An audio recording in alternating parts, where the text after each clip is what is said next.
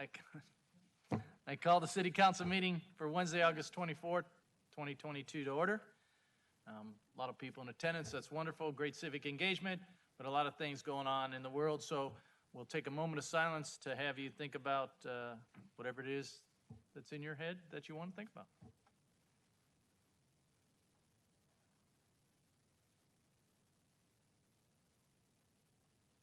Thank you. Alderman Dunn, if you'd lead us all in the Pledge of Allegiance, please. To the flag of the United States of America and to the republic for which it stands, one nation, under God, indivisible, with liberty and justice for all. Thank you, Alderman Dunn. Brian Krupp, our Deputy City Clerk, please call the roll for tonight. Dunn. Here. Kelly. Here. McGinnis. Here. Lee. Here. Grip. Here. Condon. Here. Cornett. Here. Dickman. Here. Jobson. Here. And Ortez. Here. 10 present, Your Honor. Thank you, sir. So again, good evening, everyone. As we begin the City Council meeting, I'd again like to welcome everybody in attendance. That's very good. And also those who are viewing the meeting on any particular device. We certainly respectfully welcome your comments and opinions, but please keep in mind that you're sharing your thoughts not only with the council, but as your fellow Davenporters and anyone throughout the region. We're happy you're participating in your city government and ask that your participation please reflect the common desire we all share to make Davenport a better place. Especially for all the folks in here, if you have a cell phone, if you'd be kind enough to put it on silent or turn it off, simply so it doesn't get in the way of someone speaking. That's all. If you want to address the council on any particular item, please come to the podium. The microphone's above you. We'd ask that you give your name, ward, or address, and if you're not from here, we'd love to know where you're from. There's also public with business at the end. Public with business at the end is for stuff that's not on the agenda, okay? We'll be respectful of you. Please no yelling, screaming, cheering, whatever your particular interest is. We'll be respectful of you. Please be respectful of us. Thank you. All right. Will the Alderman please move approval of the City Council meeting minutes for August 10th? Second. There's a motion and a second. All in favor? Aye. Any opposed? Very good. City Administrator, Ms. Spiegel, any update for us tonight? Nothing this evening, Your Honor. Very good, thank you. Will an Alderman then move approval of the report of the Committee of the Whole for August 17th, 2022? Motion and a second. All in favor? Aye. Any opposed? Very good. We have one proclamation tonight, and I'll read that. Proclamation, whereas global engagement is defined as the active pursuit of global experiences which involves committed, intentional, and meaningful interactions between a city and the world as a whole. And whereas Davenport is a connected city maintaining a wide variety of global relationships by way of partnerships with organizations such as Sister Cities International, including formal sister city status with Kaiserslautern, Germany, Carlow County, Ireland, and many more. And whereas Iowa's agricultural exports contribute towards America's global effort to fight hunger and poverty while supporting careers and contributing significantly to the economy. And whereas Iowa's colleges and universities, including St. Ambrose University, enroll over 11,000 international students per year, fostering the growth of educational opportunities and economic contributions. And whereas the work of America's diplomats and development professionals who are on the front lines around the world help protect our citizens here, at home, and abroad. And whereas since 1961, thousands of Peace Corps volunteers from Iowa, including those from Davenport, have served overseas working in an effort to protect the health, security, and economic interests of our citizens. And so now, therefore, Mike Mattson, Mayor, and the Davenport City Council do hereby proclaim August 30th, 2022 as U.S. Heartland Global Leadership Day in the city of Davenport, and urge all residents to recognize the importance of this day and become involved, please, by utilizing the resources available to remain active and connected to the global community. I'll ask for a motion to approve this proclamation. Motion and a second to approve. All in favor? Aye. Thank you very much, and we'll make sure it gets to the respective areas. Okay, so we have two presentations. We have a Davenport Police Department swearing-in ceremony and a couple of youth recognitions. So, new chief, almost, Major Blado, I'll meet you at the podium to do one of the best things we do here in the city, and that's to bring in public service folks, either police or fire. Honorable Mayor, City Council, thank you for having us. It's truly my honor to be able to introduce the 4 newest officers we have. These officers just graduated from the Iowa Law Enforcement Academy, where they spent the last 16 weeks learning the foundations of policing. And within the next few weeks, they'll be introduced into our field training program for another 20 weeks of training. But we can't do this alone. This is a challenging career. We have to give special thanks to our council, the support that we get from our elected officials in being able to do our job. We have to thank our city staff as we see the challenges through hiring and working with our HR, and I'll throw out HR a special thanks. The many times that we have to go through our recruitment cycles, we're still getting the best and the brightest to serve our community, and especially our community that we serve. We can't police a community without the support of our community. Kind of a special message to the family. You guys are joining a very, very fantastic community.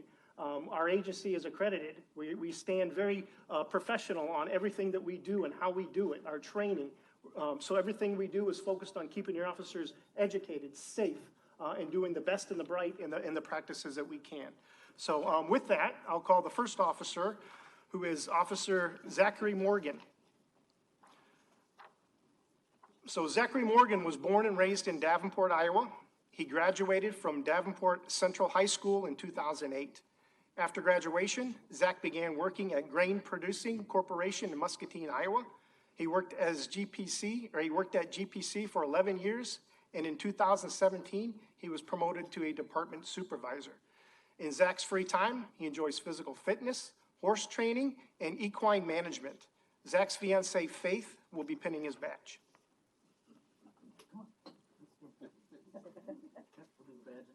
Okay, so I state your name. Do solemnly swear.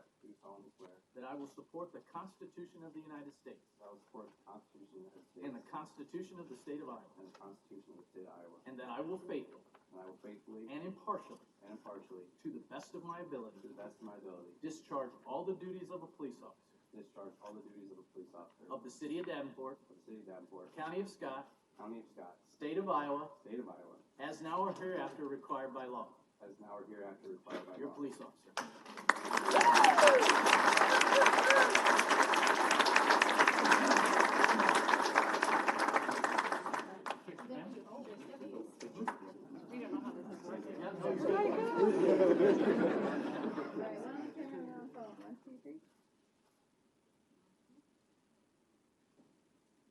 Congratulations.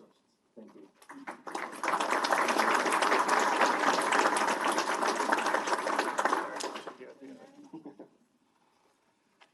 Officer Omar Akala. Omar Akala was born in Galesburg, Illinois. He grew up in Monmouth, Illinois, and graduated from Monmouth Roseville High School in 2016, where he played soccer and basketball. Omar earned his bachelor's degree in finance from Western Illinois University in 2020. After graduation, Omar worked at the Mary Davis Juvenile Detention Center before moving to Springfield, Illinois. While attending the Iowa Law Enforcement Academy, Omar received the 300 Point Club Award for physical fitness. Omar's girlfriend, Emma, will be pinning his badge.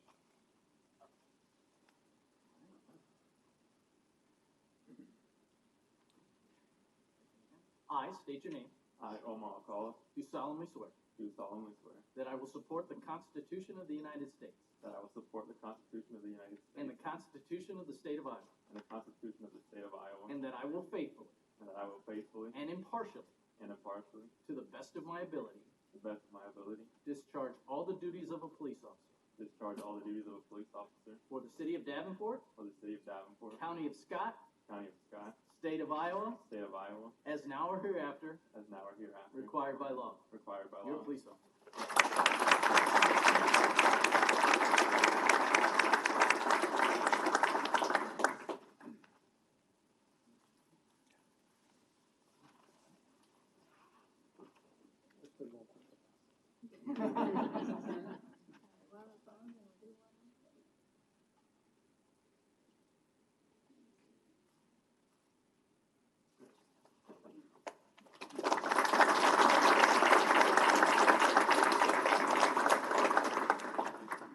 Officer Mark Rappel.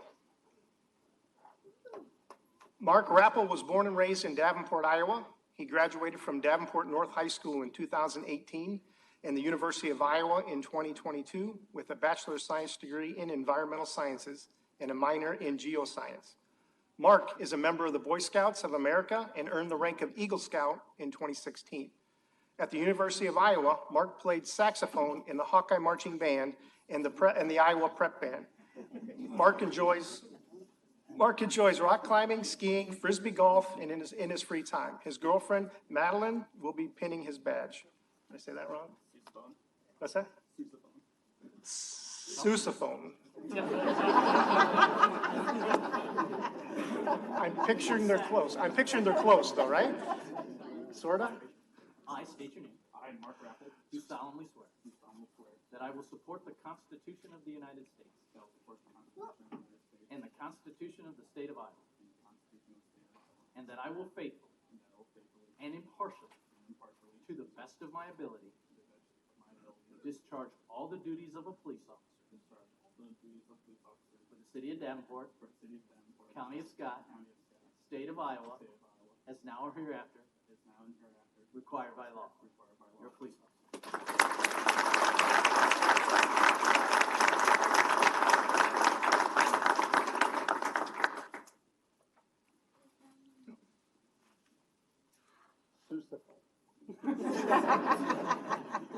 We won't forget that. We don't say that.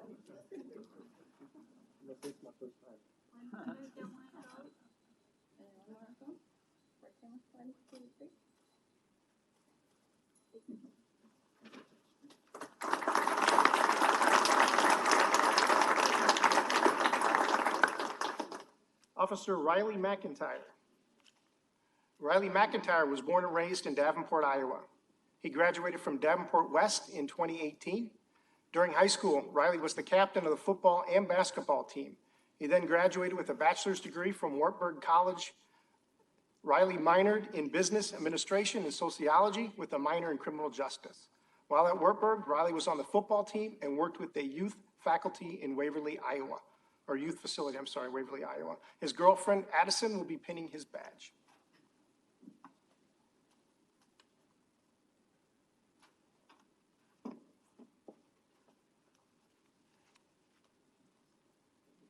I state your name. I, Riley McIntyre, Do solemnly swear do solemnly swear that I will support the Constitution of the United States that I will support the Constitution of the United States and the Constitution of the State of Iowa, and the Constitution of the State of Iowa, and that I will faithfully and I will faithfully and impartially, and impartially, to the best of my ability, to the best of my ability, discharge all the duties of a police officer discharge all the duties of a police officer for the City of Davenport, for the City of Davenport, County of Scott, County of Scott, State of Iowa, State of Iowa, as now or hereafter as now and hereafter required by law. required by law. Your police officer.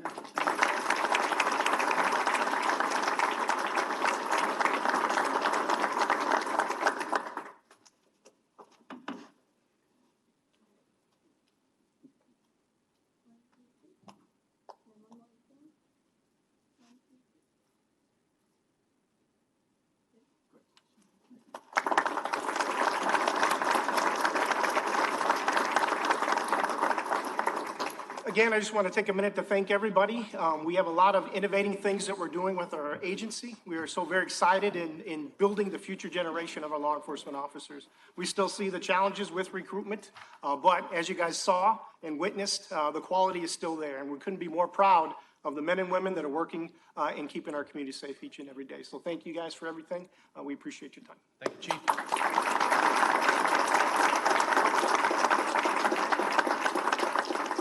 So in continuing with recognitions, we have a couple youth recognition now. The first one, Assumption High School boys soccer team. The Assumption High School boys soccer team finished their season with a record of 16-5, and the team entered the state tournament as a 6th seed out of 8. In their final match, Assumption beat Western Christian, claiming victory and taking home the state championship. At the beginning of the season, Coach Greg Zeller announced his retirement after coaching for 26 years at Assumption High School.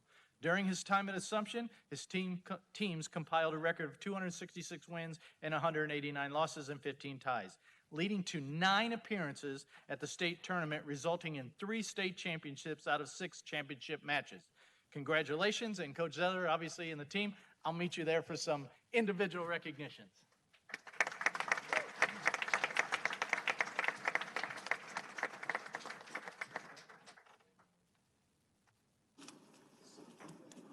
have this right, but if not, okay, I think so. So, no particular order. So, I'll read the certificate and then we'll do each individual. So what it says is City of Davenport, congratulations, and then the name.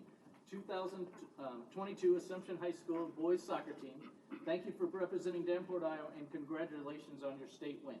Okay, so Luke Clusterman. Congratulations. Very good. Stay right here. Okay. Brady Johnson.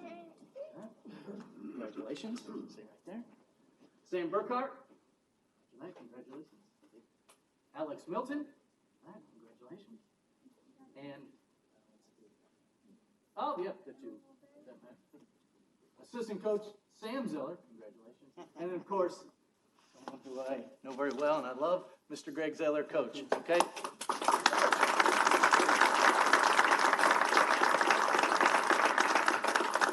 We have certificates for the rest of the team, and I'll give them to you, and we'll get it. So we want a picture here, and maybe close in a little bit. There, no, you. Yeah.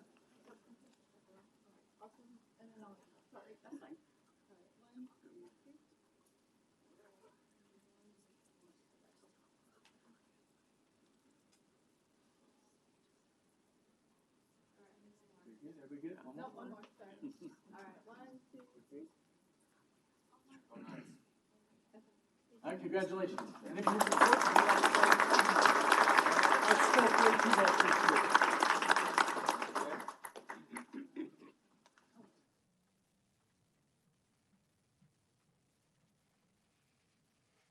And I'll just add a little thing. My sons are privileged to have Coach Zeller's leadership, so he will be missed, and I wish you the best.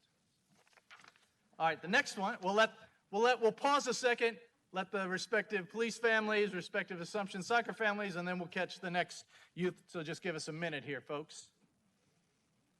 I'm sure that's what everybody came for, so right,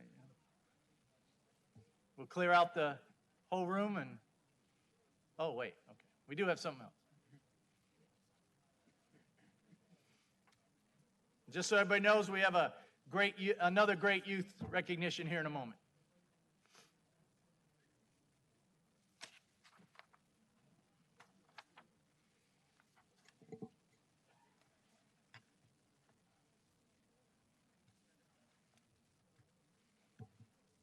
Need a bigger door. They don't know the secret door, I guess.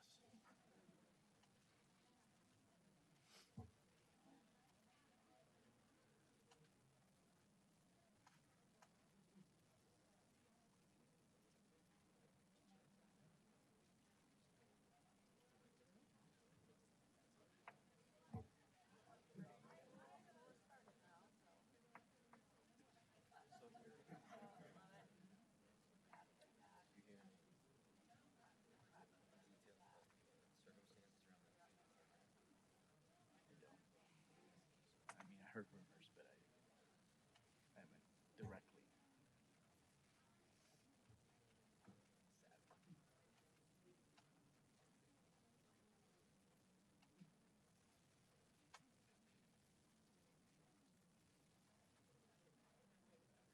Okay, almost.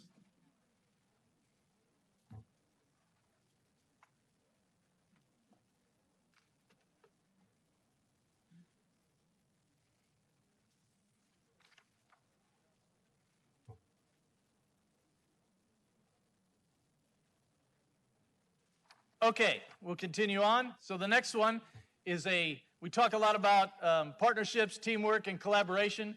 So this is a good example of that. So Youth Summer Job Partnership Program. So our city's Park and Recreation Department, HR departments partnered with our local NAACP and the Davenport Community School District to promote summer employment to a wonderful group of diverse students, educating them on seasonal job opportunities, assisting with the online application processes, providing interview advice, holding group sessions at times most convenient for the students to enhance participation. The Davenport Community School District approved funding for student transportation to summer jobs, and the Park and Recreation Department accommodated transportation arrangements when scheduling the respective employees. Additionally, the NAACP organized 2 job fairs for high school students, allowing the city to provide additional information on available jobs. The Human Resources Department also educated students on future employment opportunities throughout the city, including the associated education and experience requirements and the salary and benefit particular packages. Students were hired in a variety of places to include aquatics, golf, and summer camps. And I'll call John Keeley, Chair of the NAACP Labor and Industry Committee, and certainly Michael Guster and any respective students that you have. Please meet me at the podium, and we'll take a picture, and then I'll ask you to please provide comments.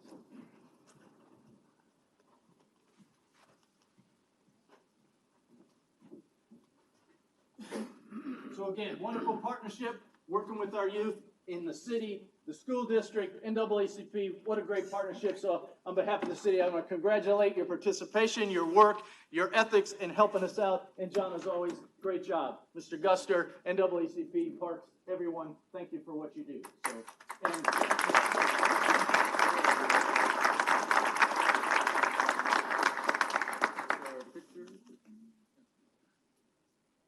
here? I'll use my camera. Give me my camera. Seriously, though. Okay? And I'll make sure. So if somebody would be kind. Okay, and mine. So yours, yeah. Yep. Squeeze in a little bit.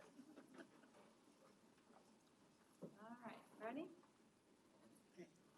2,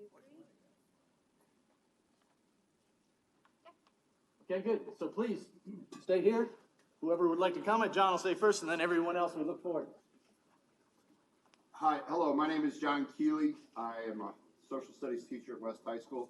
I'm starting my 28th year there, but I'm also have the privilege of being the labor and industry chair of the Davenport Metro NAACP. Our project that was started off as a pilot was 2 years in the process, and it was a process that was pretty much kind of like a stool with 3 legs. We had the NAACP, we were working with the Davenport Community School District, and of course the City of Davenport. And we also had some help from other individuals, from other organizations such as IJAG, and individuals that helped to volunteer to make this process work. We came up with the idea and the reality that transportation is a necessity for many individuals, not just in the community, but of course in our county and state and et cetera. And we wanted to offer an opportunity that young, promising individuals like these and others would have a chance to understand the importance of employment and have an opportunity to get there through the act of transportation. And the ideas were thrown off each other. I would like to thank the Davenport Community School District in using ESSER dollars to help fund it. We'd like to thank the City of Davenport with our Mayor Mike Madsen and others who were adroit to the idea and offered ideas, and obviously the jobs which these fine individuals work for. And then the leadership of the NAACP with our president, Mike Guster, our vice president, Vera Kelly, his loving wife, Glenda, who really does run the show.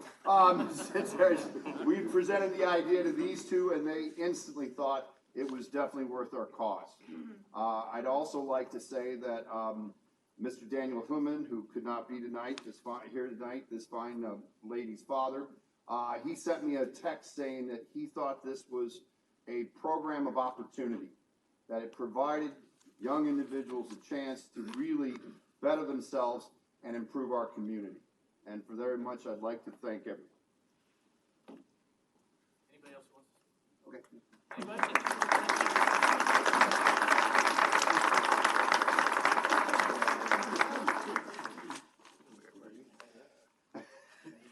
So congratulations, thank you, and John, we look forward to building on this and growing. Thank you very much. And everybody involved, thank you very much. Partnerships.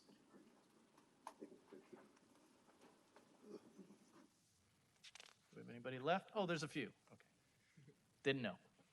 Okay, next item is petitions and communications. Again, if people want to leave and don't want to stay, that's up to them from respective council members and et cetera. Alderman Dunn. Thank you, Your Honor. I just want to thank all the folks that came out to my board meeting this weekend. It was pretty heavily attended. I want to send out a special thank you to Kyle Carter and Dale Gilmore, who give us the pros and cons of one ways, two ways. some of my colleagues that came and listened to the folks' concerns, and a special thank you to City Administrator Spiegel and Corporate Counsel Warner for answering questions that I couldn't. And it was, like I said, it was very heavily attended, and thanks, everybody. Thank you, Alderman Dunn. Alderwoman McGinnis. Thank you, Your Honor. I just wanted to, we wrapped up Party in the Park last week, and I just want some special recognitions from me. Allie McWilliams, who did a wonderful job of, she did the heavy lift of organizing all of this. She did a great job of telling us everywhere of where to park, to where our booths were going to be, and that's a lot of work, actually, when you do it 7 or 8 times. And then certainly assisted by Tiffany Thorndike, who has had a strong hand in this as well. Our library was there, our public works folks were there, fire, police, all kinds, and then also our community partners who joined us, the Waste Commission, the Salvation Army, and the FIGGI, just various groups. We had a wonderful time this year. It was the first time we've been able to have, actually, I think, a full party in the park since we started, because the first year we had a flood at the beginning and had to start it late. So I really want to thank everybody, and recognition to everybody who put these on, and to everyone who came out and enjoyed the party in the parks with us. So thank you so much. I also want to thank Monroe, the PTO at Monroe, for inviting me Monday to come to their Unpack Your Backpack event. It was wonderful to meet everybody in the school, to see the committed staff and teachers and the wonderful 400 students. I hope they have a great year, as I do wish for all children in our schools. But it was a really special time for me, and I really appreciate being included in it. So thank you very much. Thank you, Your Honor. Thank you, Alderwoman McGinnis. Alderman Condon. Thank you, Mr. Mayor. One of my favorite things about serving on city council is that in a world of partisan politics, the things that we get to do really just sort of rises above that. And with one of our favorite things of swearing in officers and recognizing youth, I wasn't sure if I was going to make a comment today, but I did think that this fit nicely with some of those sentiments. So I got the chance to attend Alderman Dunn's great ward meeting, and the meeting was full of emotion. It was a full gymnasium, full of engaged citizens speaking passionately about the issue, but respectfully. They were never lost sight of the fact that both sides genuinely want what's best for Davenport. So it was almost enough uplifting meeting. And I'm not the only person who made a comment about that afterwards.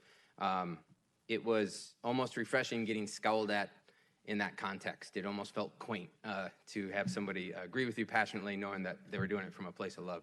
So I credit all of that engagement to Alderman Dunn.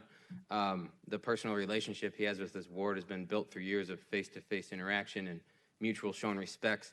And I know many selfless acts. So Rick's the Genuine article, and I wanted to thank you for letting me speak down there. Rick and I are on opposite opinions about this issue, but the working relationship that this council has, and really all of you ward aldermen who host great meetings, I think this discussion is going very well, and I hope it continues in that way. So thanks for having me. Thank you, Alderman Condon. Alderman Cornett.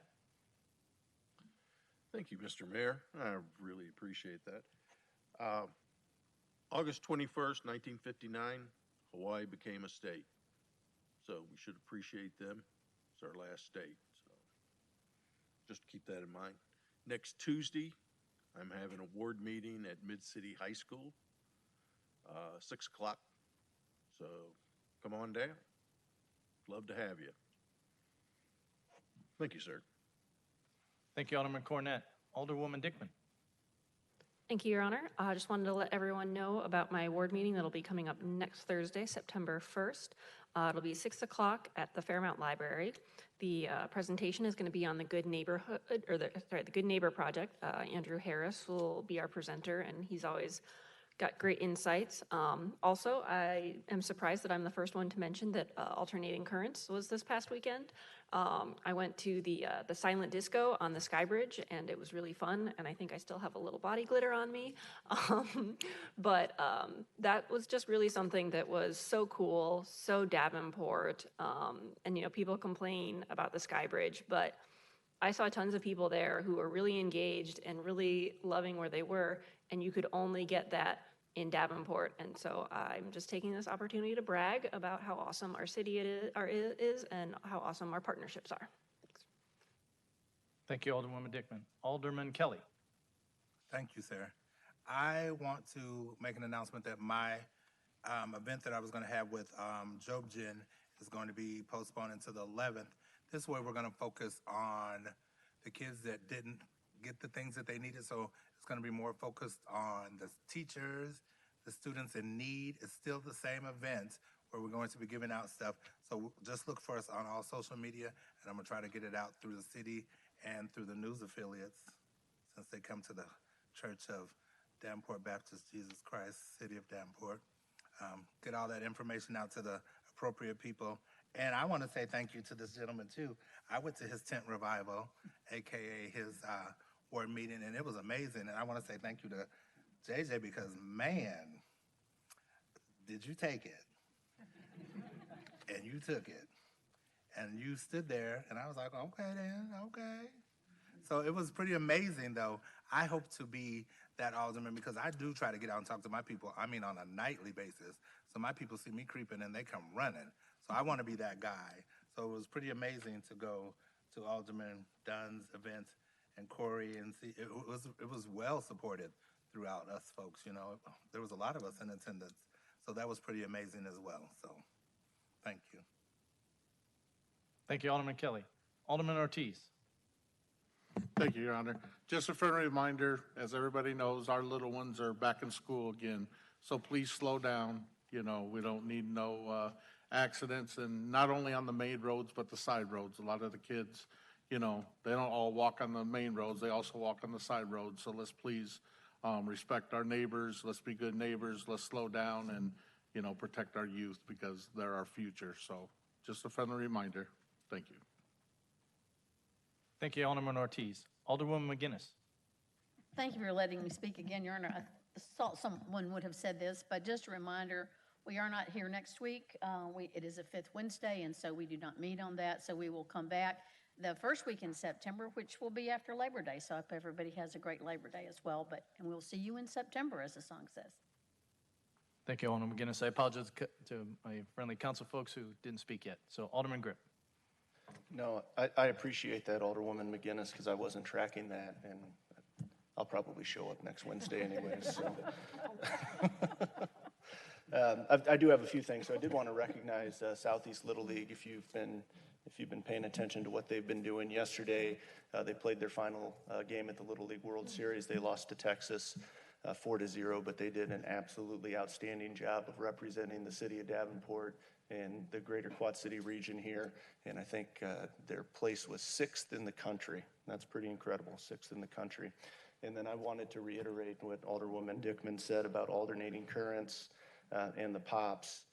In spite of the rain, it was a really incredible weekend downtown. I was down there with my family on Friday, and then my wife and I went out with some couples on Saturday. We started at a book reading at Allied Barber Supply downtown, and we ended up at, here's the coolest thing that I saw. There was an awesome band, but then we ended up going to Squonk, which is these two enormous purple hands that started just as the Pops concert was letting out. So you had all of these Squonk people in the parking lot under the Sky Bridge party, and all of these people coming from Elton John Symphony Pops, and like, okay, let's watch this show.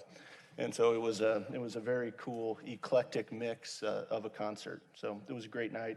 As my 12-year-old daughter would say, it was a vibe, for sure. All right, and then the last thing I want to mention is that yesterday was the first of several public input sessions for a uniquely Davenport riverfront at the area that we've been calling Main Street Landing. That was held at the Sky Bridge. If you did not make that input session, they are going to be at the farmers market this Saturday, which will be packed with people. So if you're there, please stop by. Sasaki has done an excellent job with their public engagement plan. And please stop by, make sure your input is heard. If you can't be there on Saturday, go to the city's Facebook page, and there is a link to the survey. Takes about 10 minutes to do. Would love to have your input in shaping what our riverfront is going to look like. Thank you, Mayor. Thank you, Alderman Grip. Alderwoman Lee. And I almost wasn't going to say anything, but it'd be just me not doing it. The Pops was great. Elton John, I ate way too much kettle corn. I have to admit that. I would like to build on Alderman Ortiz. For those of you who have students that are driving, high school students, please remind them not to go through the neighborhoods really fast when they're going to school, but especially after school. Because we've got some areas in the 8th Ward where we've got speeding problems, and it just happens to be about 3:05 in the afternoon. So please remind them to be respectful of the neighbors and try not to cause accidents as well. We want them around. I also want to build on Alderman Dunn. I took notes of everyone who spoke. So we caught everything that was said at that meeting. And Alderman Dunn has them. And that was a good meeting. So anyway, thank you very much. Thank you, Alderwoman Lee. Anyone else? Very good. Okay. Anything else? Okay. Next item is the individual approval of items on the discussion agenda. We have one. First consideration of an ordinance amending Chapter 10.96 of the Municipal Code of Davenport, Iowa, entitled Schedules, by making various changes to Schedules 2, 5, and 9 to implement a change in traffic flow for 3rd and 4th Streets between River Drive and Marquette. Is there any public comment? Again, microphones above you. Please come to the podium. Ward, address, or a name. If you're not from here, we'd love to know where you are, and you'll have 5 minutes. Thank you. Yes, ma'am. Or whoever will. Yep, and it's good if the next one wants to stand so I know more are coming, that'd be appreciative. Appreciate your time, Mr. Mayor. My name is Jacob Judson. I own Cloud9 Glass in the 5th Ward under Alderman Kelly, as well as my partner, Nick, excuse me, that own Fridays Gourmet Creation in the Village, as well as we're renovating the Gateway Pub under Alderwoman McGinnis's in Ward 3. The big part of, like to touch on what Alderman Ortiz said, is about safety. Obviously, we want the community to grow, and in order to grow, you have to start with safety and an infrastructure. And between 3rd and 4th, it's a speed trap. That's where everybody runs races, basically. And in order to have residential growth, and anybody that's going to stay there, you're going to have people you're going to have both even flow and people like that. So, but on Brady Street, where you see the one-ways, Harrison, you see the one-ways, businesses have a hard time staying there because there's too much traffic, basically. You're not seeing enough of the people there because you're going 45 miles an hour in a 25 zone. So I would imagine that anywhere that you look in a bigger city, that you actually have growth, that are people that are going to stay there and want to spend their money there and be there, you have to have something with safe, and that's the number one thing. So if you look at the city as a whole on where the speed traps are and count them, there's typically on one-ways. Like most of the speed traps are on one-ways, and the reason that is because you're catching people speeding on the one-ways as opposed to Locust Street. You're not going to see as many. So that's my big thing. I would like to see that they get changed to two-way streets in order for safety, but as well for growth for us as well as community. Thank you. Thank you. Anyone else?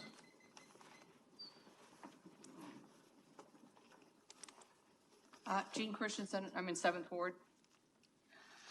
I've got a different opinion on this. I've heard that this could end up costing the taxpayers about $3 million. So I think that the Davenport citizens need to know what this is going to accomplish. There's so many other things in our city that need to be fixing and maintained that I feel that most Davenport citizens would prefer that their tax dollars are better spent on fixing and changing, something that's not working. I'd like to just see the reasoning behind the propaganda or the proposal on this thing. What are we actually trying to accomplish? The only thing that I've heard is reference to speeding. I've heard that there's gonna be stop signs instead of the traffic lights. And this is going to cause traffic congestion where vehicles have to stop every block. Has anybody checked with any of the police officers who are actually patrolling the streets to get their opinions on this? Will there be parking on both sides of the street? Because with a lane of traffic going each way, this could be a real problem, trying to park there. You know, how will the problems during this changeover be handled? Perhaps this is something that could be put on the ballot so that all the registered voters can have a say on it. I've heard that there were 2,000 signatures against this change and that they were totally ignored. So how many more signatures do we need? I'm just picturing a lot of traffic problems during the construction of this change. And how is this going to be handled? You know, you need to remember that you work for us and that your decision should be based on that.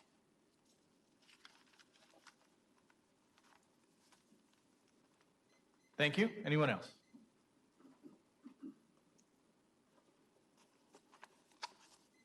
Mayor and City Council, my name is Jeff Blumker, and I live at 3311 Jersey Ridge Road in Ward 6. I was transplanted to Davenport last fall from downstate Illinois, and I absolutely love it up here. One of the very few things that brought me consternation in all of Iowa last fall was the difficulty of the one-way streets in downtown Davenport. It's very confusing for a newcomer. Nearly 1 year later, trying to navigate downtown Davenport still elicits occasional profanity from me. And this will become more of a vested concern for me as I plan to lease residential space on 2nd Street in just a few weeks in Ward 3. As I've let you know in the past, I was a mayor down in Illinois, and I'm told my legacy will be the development of a vibrant downtown Effingham during my administration. I urge this mayor and this council to support this ordinance that will convert the one-way streets in downtown Davenport to two-way streets. Thank you. Thank you. Anyone else? Hi, my name is Katie Thompson. I live in the 7th Ward, but I've worked downtown in the 3rd Ward for 5 years. I'm the leasing manager for Front Door Iowa. We're responsible for 6 properties and 147 private residences downtown. My main complaints that I hear from tenants are, number 1, speeding. Number 2, when you're crossing the street on a one-way, you have a tendency to only look one direction. So there are a lot of pedestrian close calls in downtown Davenport. I can say personally for my businesses, if you could travel east on 4th Street, you would drive past 4 of our properties that if you travel east on 3rd Street, you don't get to see. So it would be beneficial, I believe, for us in our residential housing downtown. Thank you. Anyone else? Mayor, council members, appreciate the opportunity to speak tonight. My name is Tim Baldwin. I own multiple businesses and multiple properties in the city of Davenport, several of which are in downtown, Front Street Brewery, which I know many of you visit occasionally. I also own a couple of residential properties with somewhere in the neighborhood of 90 full-time residents in the city of Davenport, with 30 of those being in downtown. And I employ about 50 people who work and play, and some of whom live in downtown Davenport. I can tell you that all of the changes that have been discussed, the importance of this two-way traffic for businesses in downtown Davenport is absolutely critical. We learned some very hard lessons during the 2019 flood when, the one-ways were closed and traffic, it was almost impossible for them to reach our business, especially if you weren't familiar with the downtown. During those discussions post-flood, I threw out the idea of at least turning 4th into a two-way during flood situations. That's part of that plan moving forward. It doesn't make sense not to make it a permanent plan for both 3rd and 4th to be two-way. For all the reasons discussed tonight, how good it is for the businesses, the safety of the residents and our visitors in downtown, and just making the downtown a more pedestrian-friendly, cool environment with that vibe that people are looking for. So I would appreciate your consideration moving forward to prove this change to two-way traffic on 3rd and 4th in downtown Davenport. Thank you. Thank you. Anyone else? Ron Swader, Davenport, Rock Island, Ottumwa. 45+ years ago, I ran the ones. That was the thing back then. There's always going to be speeders on the ones, always. Now, you're talking about converting 3rd and 4th. I had the pleasure 3 days this week of going down when they're delivering. You're down, on both sides, you're down to one lane. What are we going to eliminate part of the parking? It's going to create hassle, headaches, stop signs. These businesses come here, they built years and years ago. It's a one-way, you know? They're saying, well, it would be better. And I've heard, well, 70 cities. But I heard the same story on building a flood wall. Oh, we have to build a flood wall. They're building a flood wall. We chose to be different. We chose to keep what we had. And I believe there's enough opposition. I hope you vote no and put it before the people. Because, to be honest, I've heard rumors that before the 3rd reading, and it's a rumor, it's going to get extended to division. Is it possible? I don't know. But I know one thing, there's thousands of people that do not want this. Your business is built here, now they're whining. And that's just what they're doing. 45+ years, it's been a one-way. Our businesses came when it was a one-way. They built residents when it was a one-way.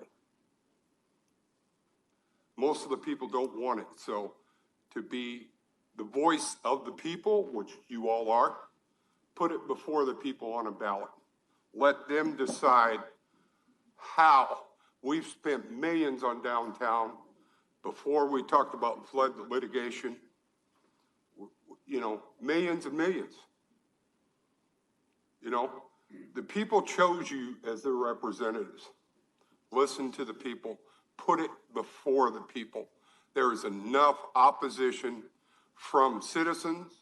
You've heard many here tonight from the business owners down there. It's nice to have it one way or the other, but you know what?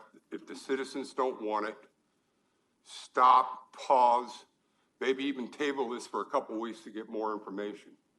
But I say vote no. No.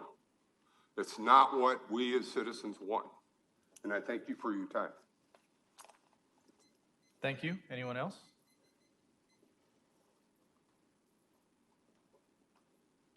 Mr. Mayor, Council, my name is Pete Stopulus. I'm former resident of Davenport, now I'm in Bettendorf. I'm here as an investor, developer in downtown. My partners and I have spent tens of millions of dollars in the last half decade or so developing in downtown Davenport. We believe in downtown Davenport. We think it's a great community and will continue to be a strong community, especially if this change happens. You know, we talked a lot about safety. It's very clear. I don't think anybody can debate that one-ways are not safe. Anybody that can try and cross Brady Street to go to Miss Fay's from the east side of Brady Street will tell you it's a death trap. But that's neither here nor there. You know, this downtown is about walkability, connectivity. I mean, you describe being alternating currents, like that happens on 2nd Street, 3rd Street, River Drive. There are a lot of two-ways there for a reason. It's very walkable, it's very pedestrian friendly. We have Street Fest downtown.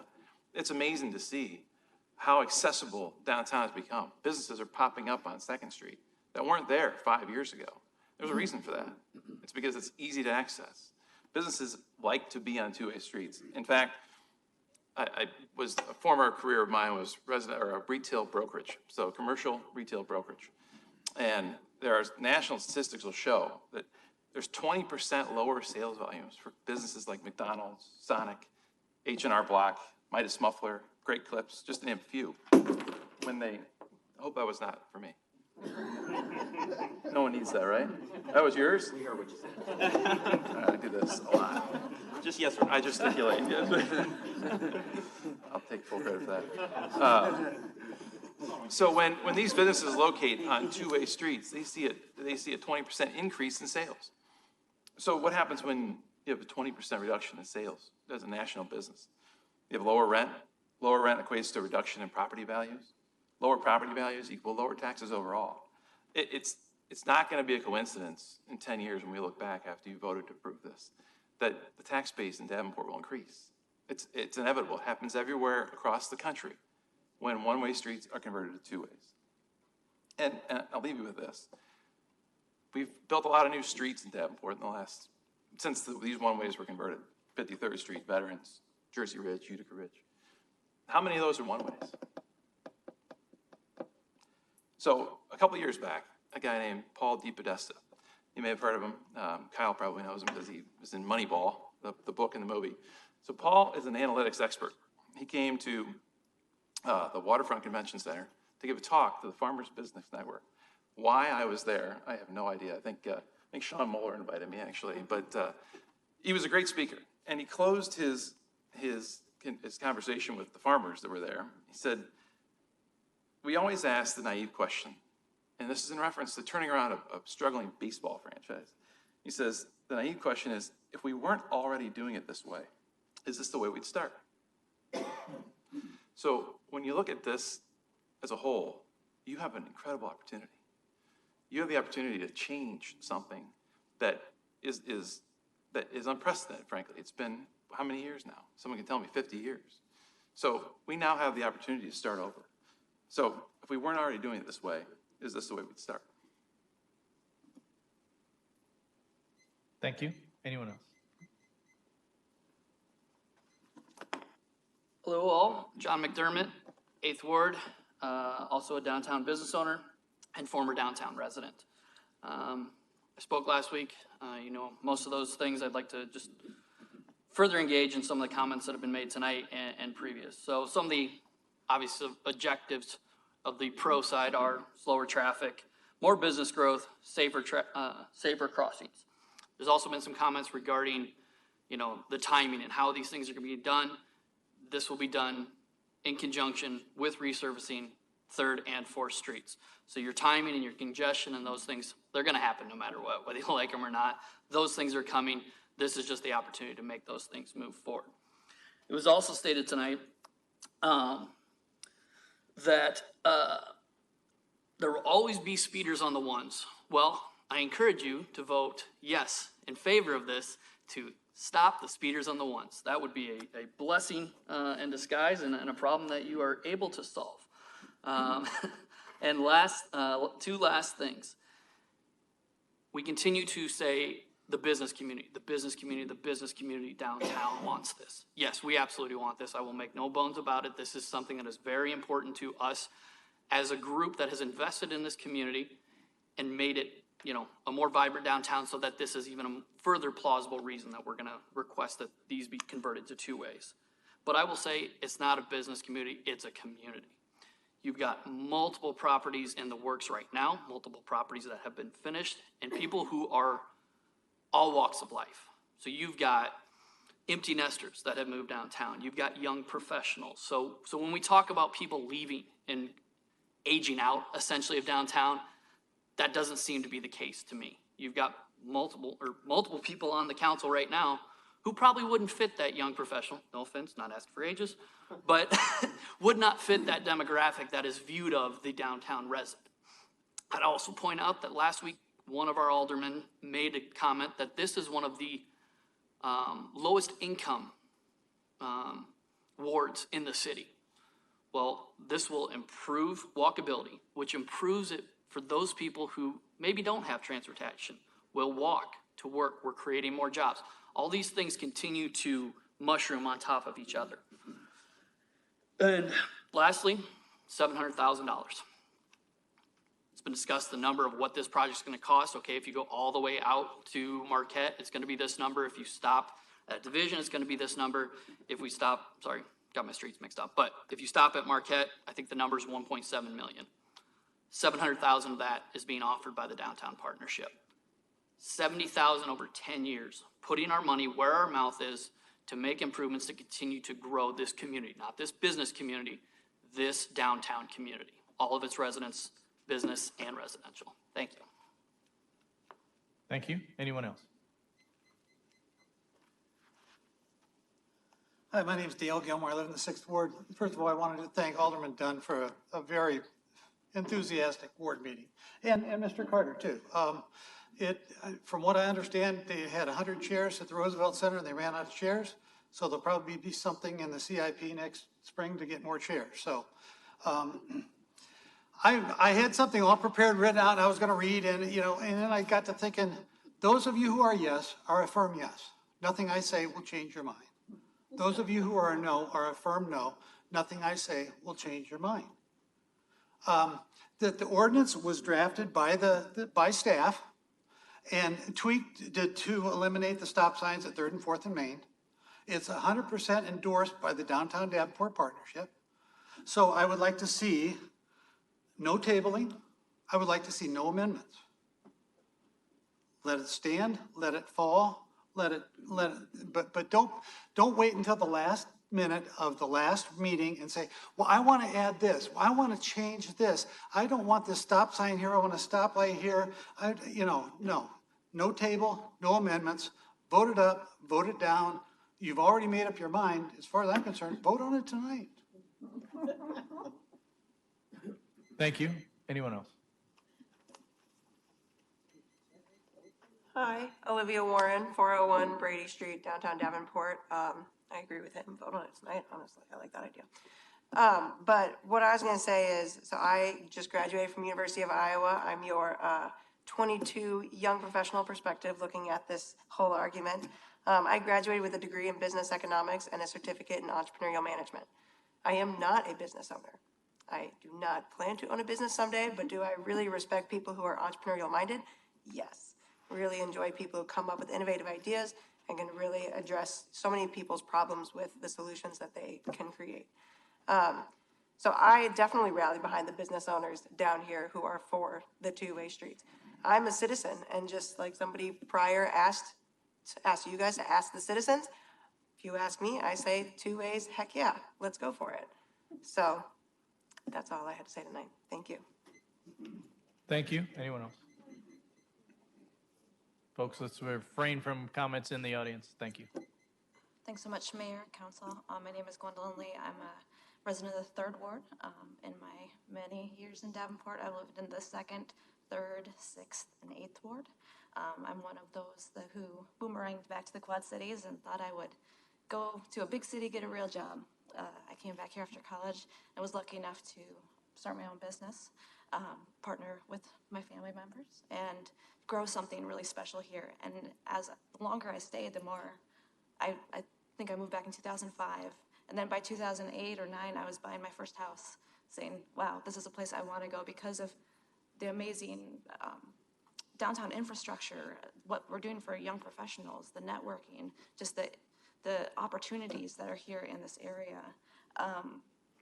I did move down to the 3rd Ward to be a downtown resident when I was in my 30s. I've been there a minute. I'm no longer in my 30s, unfortunately, but there are young professionals who move downtown, stay downtown, love downtown, and for all the reasons and more, between safety, the viability of businesses on the two ways, and the amazing investment that the Downtown Davenport Partnership has offered, I think there's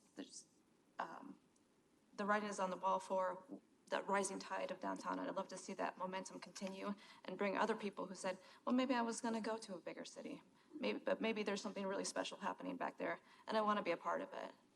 Thanks so much. Thank you. Anyone else? Kyle Carter, Executive Director for the Downtown Davenport Partnership and proud 5th Ward citizen, have been for 12 years now. So first of all, thank you for how much work you've all done on this. I know this has literally been a 20-year conversation, and you're the individuals that get the chance to actually make a decision on this. Ultimately, this is really about reaching our greatest potential. That's what this is about. The streets do function, has been pointed out. We just think that we can be better. And ultimately, just this afternoon, I spoke with an urban designer, and I was struggling to try and understand all perspectives on this. And he asked me, he said, well, have you had anybody really look at this? I said, well, Jeff Speck came here, and he said, well, my God, you've already had the best of the best look at your city. and come to this same conclusion. We've had 7 other studies beyond Jeff's, who is literally a world-renowned urban planner, who all came to this same conclusion that while your streets certainly move traffic very efficiently, and they have served a good purpose, that the new purpose of downtown and the neighborhoods around it, not just downtown and far to the west, is to truly become and develop as a neighborhood. Neighborhoods include housing, they include business, they include everyone, and downtown does belong to everyone. So at the end of the day, this is really about making sure that we make decisions with our infrastructure that allow us and enable us to reach our greatest potential. And we've talked about all the benefits a million times at this point. Property ownership and property values that rise, greater flexibility during flooding, the ability to have greater visibility for small business, the ability for residents to have a greater quality of life, a better experience and vibe, as it's been said a couple of times tonight overall. But I want to be really clear that this is intended to help well beyond our borders. And I want to thank Alderman Dunn as well for an excellent meeting the other day, and something you said really stuck with me. And that was that no matter how this ends, the Downtown Davenport Partnership and the City of Davenport had a 45-year history of success. We'll keep partnering on streetscape, festivals, flower baskets, cleaning the streets, making sure the parking ramp looks good, recruiting businesses. All of that work will go on, period. I want to be crystal clear about that. Regardless of how this ends, this will and has been a highly functioning relationship. And I would argue that in my 17-year career at the Downtown Partnership, our relationship with City Hall has never been better. It has never been higher functioning. So when you take the emotion out of this, and Mayor's done a fine job of adding levity, as I mentioned before, that the sun will rise, essentially, no matter what happens.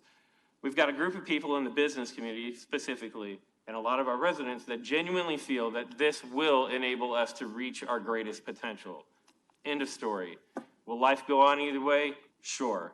But we like to think that we can do the best job that we can running this city, and in our opinion, having traffic calming, two-way streets lead us down that path for the future that we want and that we believe will make Davenport its greatest success, whether it's down all the way to Telegraph or not. And we mean that sincerely. Our Hilltop and our western neighbors' success is our success, because this is a community decision. It is a public improvement that the private sector is contributing to if it goes forward, which we will own none of at the end of 10 years. We will literally own no assets after $700,000 is spent and 10 years goes by, because this is in fact for the good of the public, and yes, good for business and residents as well. So I will close by just simply saying thank you. Thank you for dealing with the phone calls, the emails, the conversations. Rick ran one hell of a meeting with a raucous crowd, and you do a great job, man. that was amazing. I really appreciated being invited to that, and thank you for your time. And we hope to see this decision move forward. Thank you. So I'll just add, okay, so we don't talk to anybody individually. We all love each other. So we can talk good about each other, but let's stay focused on the issue. Anyone else? Thank you. I am Amy Condon. Do I have to give anything else? Third ward. Okay, I'm in third ward. I've been a resident downtown for about 10 years, and I've seen a lot of the growth that has happened downtown, and it's been really exciting to see. And I'm always the biggest proponent and fan of trying to improve our downtown, and not just in terms of businesses, but also as a resident. I have 4 kids. I'm going to have another one, and we have chosen to live downtown and raise our kids down here. So aside from seeing our downtown flourish and thrive, I also like to feel safe.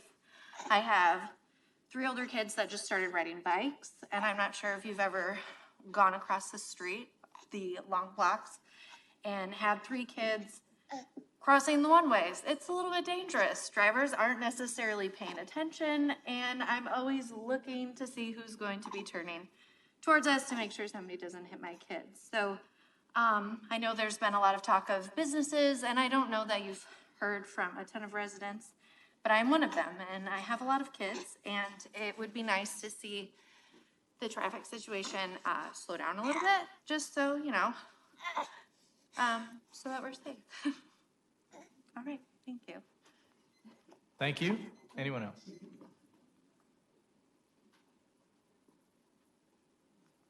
My name is Ralph Bawden, and I'm newly acquired Fifth Ward. I was in the Sixth Ward, and been here a long time. I am only a resident. I'm only a worker. I work at Hy-Vee. I pay taxes. I don't contribute $700,000 for a project to change the downtown. I don't have millions of dollars to invest to build all sorts of buildings. But I do know a few things. Downtown Davenport has improved. It has grown. There are more people living downtown than ever. There are more businesses downtown. They aren't big department stores. Those have moved out to where they've got parking. But there's a lot of businesses, and I think that you represent somebody. Who do you represent? Do you represent the Downtown Davenport Partnership, or do you represent residents? Do you represent voters? Do you represent people who live here, who work here? And you've gotten petitions. You can ignore the petitions, which I understand is probably already a foregone conclusion, but please keep in mind that you do represent the residents and not the businesses. And there was a comment made about people going 45 miles an hour down 3rd and 4th Street.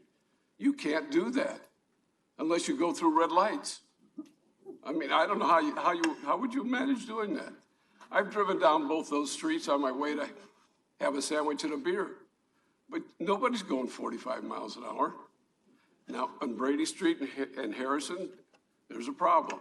I mean, more speeding is going on there, and I've seen that too. But there aren't red lights timing people. And I don't have the solutions, and I don't have all the studies, but if you pay enough money for someone to do a study, you'll come up with a solution. And this is the solution that they proposed. And I think most of the people in the city of Davenport oppose it. You've had petitions, but, it's up to you guys to vote. And I hope whatever the outcome is, it works out fine and it's safe. And, I feel safe walking downtown, but maybe some people don't. And I appreciate my conversations with Tim Kelly.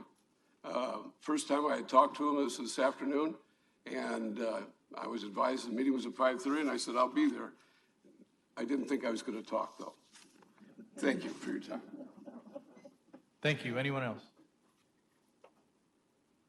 Okay, Council, I see Alderwoman Dickman. Didn't realize I'd be first, but here we go.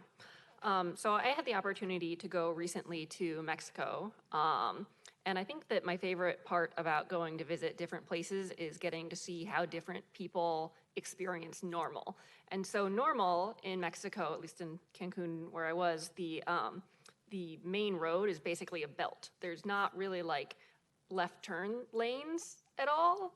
They have like 4 different spots where you can like squeeze into a spot, and then you have to whip around and start going 40 miles an hour again to hopefully figure out where your turnoff is.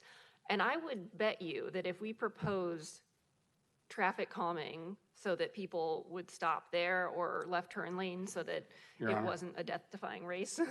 I don't want to interrupt her, but nobody moved the consideration. Oh. Move the consideration. Well, an Alderman move, there's a motion and a second. Continue. Sorry about that. Thank you. But I'm guessing She that was we speaking would so well. So.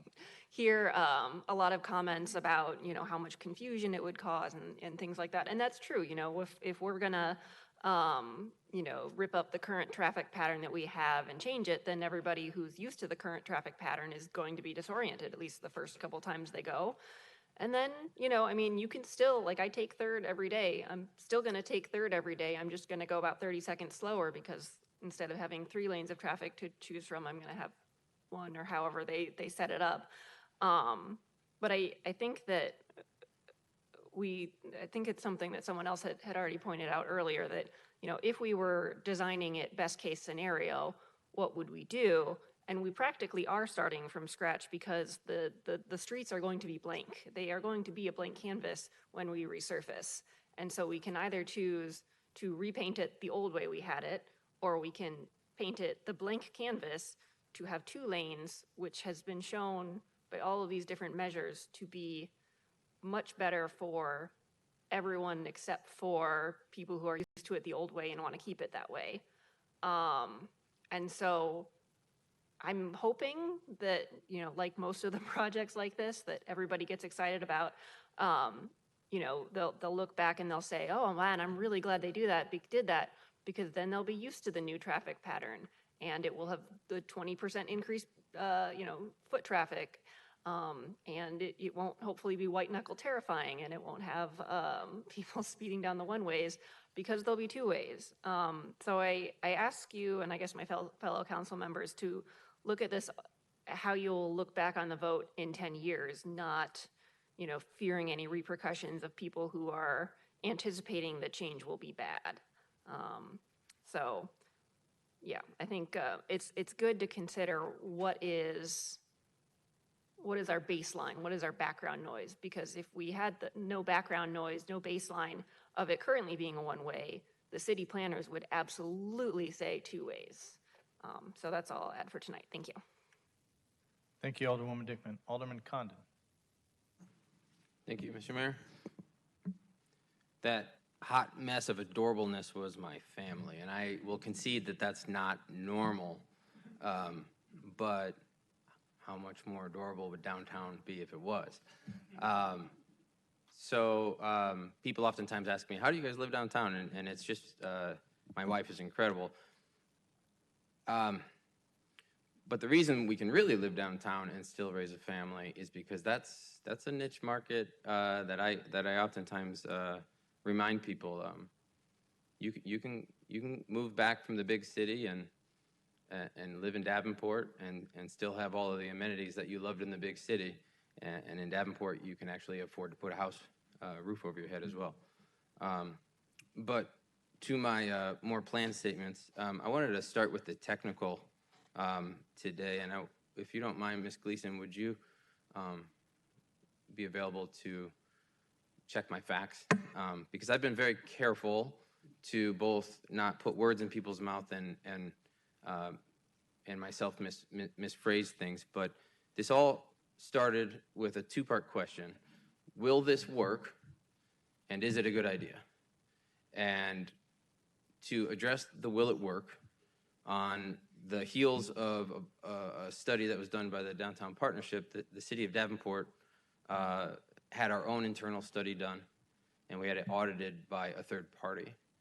And the findings, the way that I've been trying to say it, is it fits comfortably within the parameters of traffic engineering guidelines. Is that a good way to put it? Yeah, correct. So everything you said is spot on.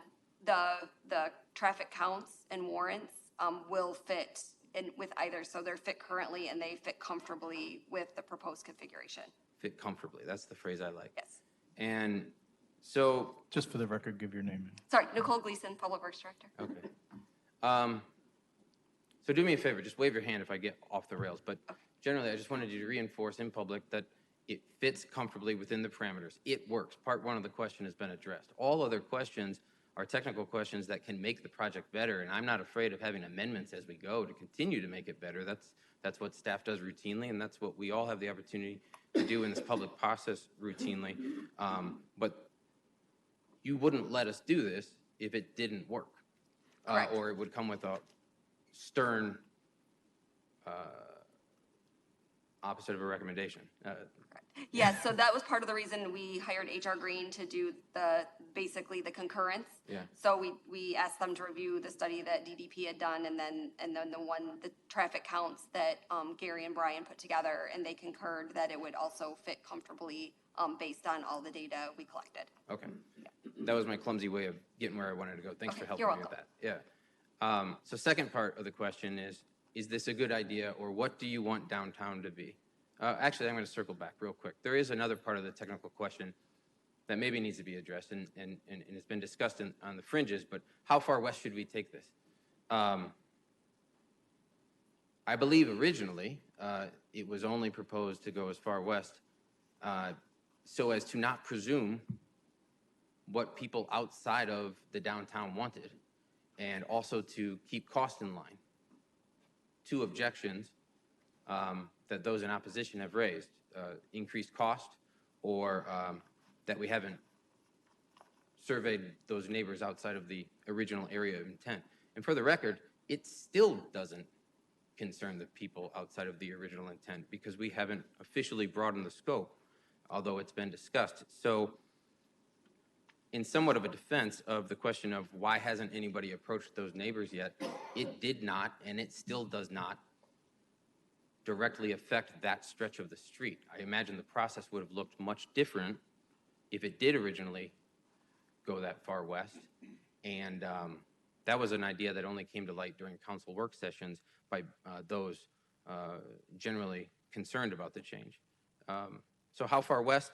I think the downtown community is asking for something that just generally affects downtown. But if somebody wants to make it go further west, I think the consensus of the downtown community is that would be fine too. We don't have a problem with it going further west, but originally their intention was just to stay within the parameters of their immediate area. I want to remind people who the DDP is. This is the Downtown Davenport Partnership, and when you say business community, sometimes it comes with an inference that this is a corporate agenda or big money trying to push other people around. The downtown restaurants that downtown businesses that I know of, well, first of all, the Downtown Partnership is a division or a subsection of the Chamber of Commerce. They're within a SMID taxing district. They self-assess themselves additional taxes. They pool their money and do things to help lift up the neighborhood. So that $700,000 that's being contributed to this effort by the business community is being levied willingly within the own community. So it's the makeup of the real estate contributing to this pot of money. So, but the point I really want to make is the businesses that I see when I drive down 3rd Street and 4th Street, 2nd Street and beyond are not the large corporate franchises that we see further north. These are not big corporate agenda people who are trying to make this happen for themselves. These are the types of businesses that we don't see anymore. It's the Collins family at Me and Billy. It's my guy Russ trying to make a barbershop go. It's the point. We know the individuals who run. It's Dan Bush who's invested. You know, we know these individuals who are showing up every single day and toiling to make this downtown great. These aren't big corporate entities. And the real estate owners as well. These guys don't have millions of dollars to invest in downtown real estate. They borrow millions of dollars to invest in downtown real estate, and they do so with a personal guarantee on that loan. And if their gamble on our community that they believe in fails, they in all likelihood lose their family home. I know Pete Stopulus. I know even the Gill family, who is not in Davenport. This is not a big corporate conglomerate real estate company. That's a family operation. So I'm just saying, this is not the big bad corporate world that is trying to make this happen. These are the people that make up our community who have chosen to invest in our downtown and make up the fabric of who we are. So now I can get to the vibes, which is something that I enjoy speaking about more. So is this a good idea, and what do you want your downtown to be? I want my downtown to thrive. It's been asked of the downtown, one way is if it's not broke, don't fix it. And I've also heard, what is the problem that you're trying to solve? And it dawned on me that 20 to 30 years ago, the thing that was broke was our downtown. And nationwide, the thing that is broke is investment in our central city neighborhoods. And that's the problem that the Downtown Partnership, in partnership with business owners and the city of Davenport have been working together to solve for 30 years. And the conversion to the one-ways has been on their wish list for all of those years, and maybe just now its time has come. This isn't something that's cut in line. This is something that actually worked its way into its budget persistently and built support. So this isn't reckless spending. This has been vetted and really fought for. Downtown normally moves in the right direction. The problem, as I've expressed with some friends recently, is it does so at times in a glacial pace. Yesterday, I attended the planning meeting for our Riverfront Park. And that Riverfront Park there was the promise that brought me back to Davenport 20 years ago. And I attended the meeting with my 4 kids that you saw there, and they were the ones that got to put the stickers on the wall. I hope that the change, similar to what Ms. Dickman said,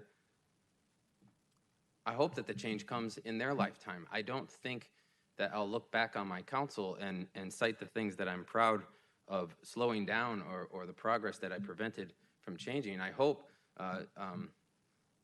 similar to Ms. Gwendolyn, that when they want to come home and work in my family business, they do so because downtown, because the city evolved with the change in times.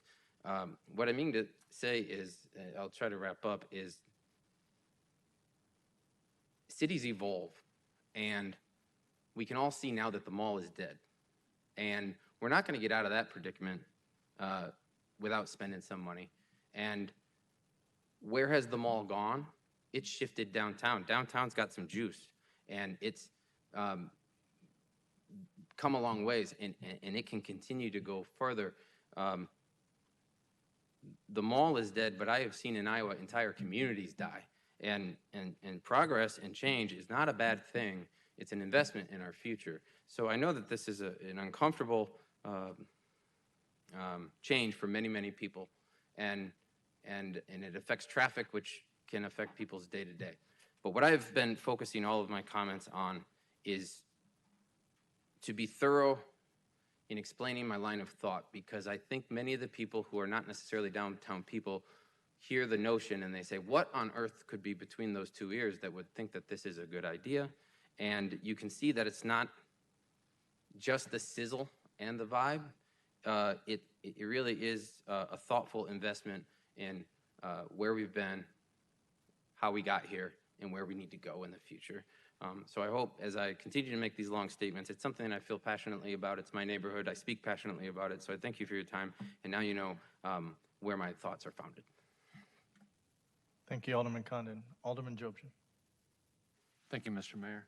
I just want to start off by apologizing for speaking a little erroneously last week when I made comments about the intersections at 3rd and 4th and Main still containing 4-way stops. I missed that, and so speaking erroneously there, you know, as that being one of my opposition points, I realized that I was wrong. So start with that. Second, I still want to be clear that I am in opposition of this ordinance change.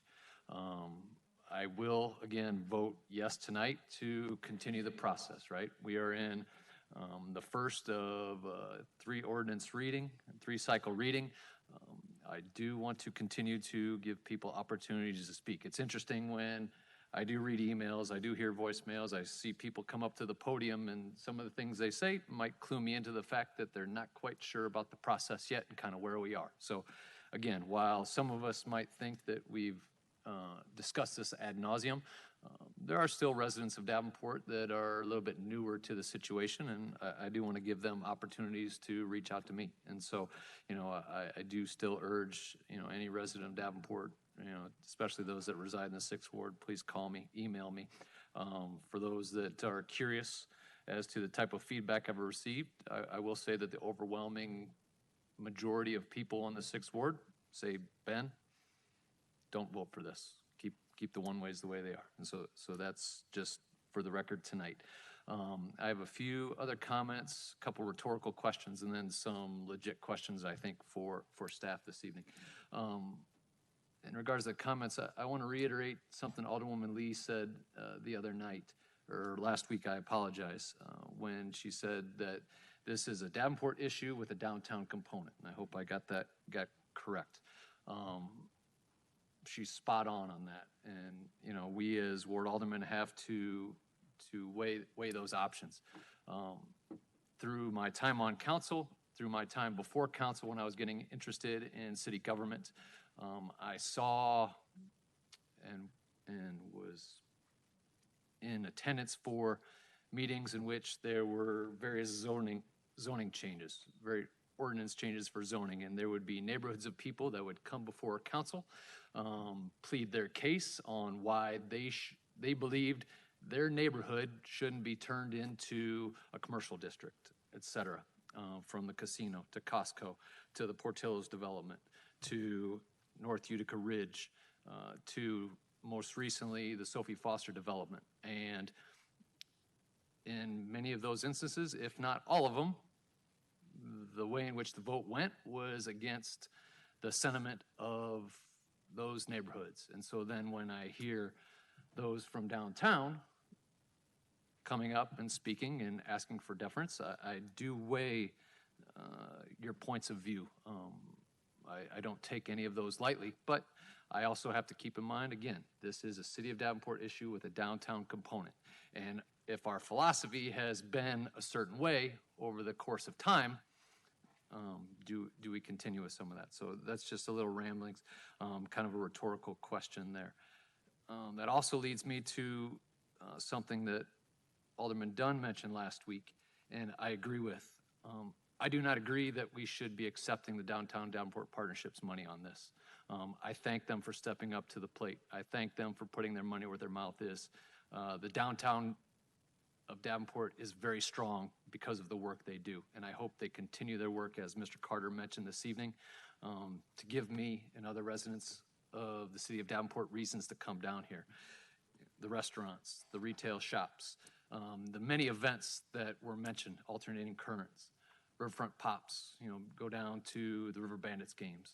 We do need to have a strong downtown, but I think when we get into an infrastructure project like this, we do get on a very slippery slope when it comes to receiving private money. I know we tout public-private partnerships, and there are very many examples of where that comes in appropriately. K-Square, not too far from here, which very recently we thankfully received money from the Downtown Davenport Partnership to update a dilapidated park that looks great now. It's a great amenity down here. But I do think we get in a very slippery slope because, as Alderman Dunn mentioned, what about those businesses down on Rockingham Road? What about Village of East Davenport? What about Locust Street? I want to talk about something that might be dying, right? What about those business owners on Locust Street? Two-way traffic, going pretty fast, those types of things. So that's a little more rhetorical this evening. Do we really want to do that? And I am one that would believe that we should not accept the Downtown Davenport Partnership's money. And so that's a thought there. And to some of the legitimate questions I have this evening for staff, and I don't need to have answers this evening. If we were to start routing traffic during a flood event through 3rd and 4th Street, would the train bridge that crosses 3rd and 4th Street, would that become a truck-eating bridge much like we have on Harrison, or do we have enough clearance? So if we can get that information, I don't know if that's anything anybody's thought about. That's something a resident asked me today, to which I did not know the answer. Also, please remind the public of the distance overlapping from the resurfacing project, which goes from Telegraph to Harrison Street, if I'm correct, and this proposed ordinance change, which is from River Drive to Marquette. I've met with staff before, and I believe that's 2/3 to 3/4 of a mile of overlap. And so, while we think of logistical efficiencies, we also have to realize that majority of the resurfacing work is going on way west of of where this area is going. There's a small part that overlaps. You know, we also have to think of, again, Harrison east of River Drive. So again, what is that distance on 3rd Street? What is that distance on 4th Street? That would just be good information to know.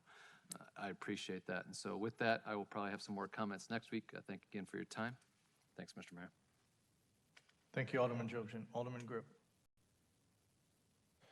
Thank you, Your Honor. Obviously, I want to speak out and continue to support this ordinance change.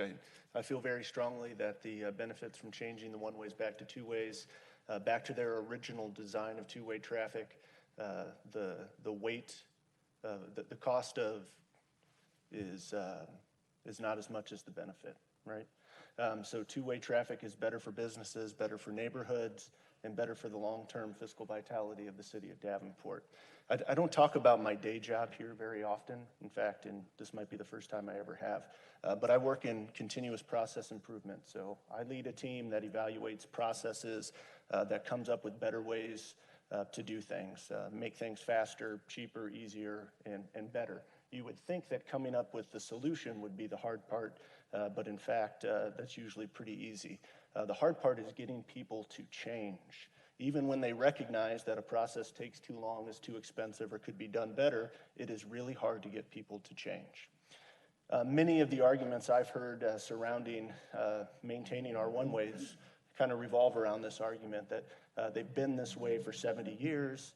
I used to cruise the ones when I was younger, and I just like the one-ways, right?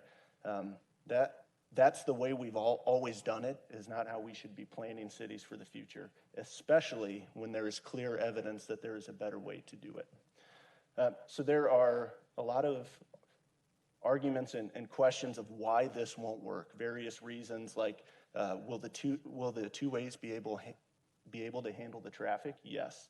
How will the buses stop? How will loading zones work? How will you do snow removal?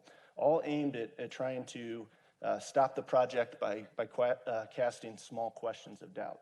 The truth is that 95% of streets in this country are two ways, and city planners and traffic engineers are more than capable of figuring out bus stops, loading zones, snow removal, and all the rest of it, because they literally do it on every other street in our city, not to mention our country. Two-way streets are what we have everywhere. One-way streets were a relatively short-lived trend in the early days of suburbanization, and they have proven through decades of studies to kill business districts, and they nearly killed ours a few decades ago. That is one of the reasons why we have stopped using them across the country. There are no new one-ways being installed, and old ones are being converted back to two-ways in big numbers. And we don't have to guess at what the results of this conversion will be. There is also a decade of research and case studies on this topic of converting one-ways back to two-ways. These examples have clearly shown that economic development will follow, traffic speeds will slow down, driver and pedestrian safety will improve, and even crime will go down. Ask any city planner you know about their thoughts on one-ways in a downtown. Ask any traffic engineer you know about their thoughts. You'll find that this really isn't being debated professionally amongst urban planners and traffic engineers. Not anymore. We've gone away from one-ways. I hope my colleagues will consider the vast amounts of data and case studies available on this topic, and I hope that we will continue this discussion into a second cycle. I look forward to discussing more of the specifics of the proposal next week as we enter into the second consideration. I support the ordinance change as is, but I'm also agreeable to go further west because I support two-way traffic, and if it's good for the downtown, it's also good for the neighborhoods west of Marquette. But if the council decides we should keep it at Marquette, I'm happy with that as well. Thank you. Thank you, Alderman Grip. Alderman Cornett. Thank you, Mr. Mayor. A lot of things have been said tonight about one-ways and two-ways. One, that when we have a flood, 3rd and 4th Street flood, you can't get through. Ms. Gleason.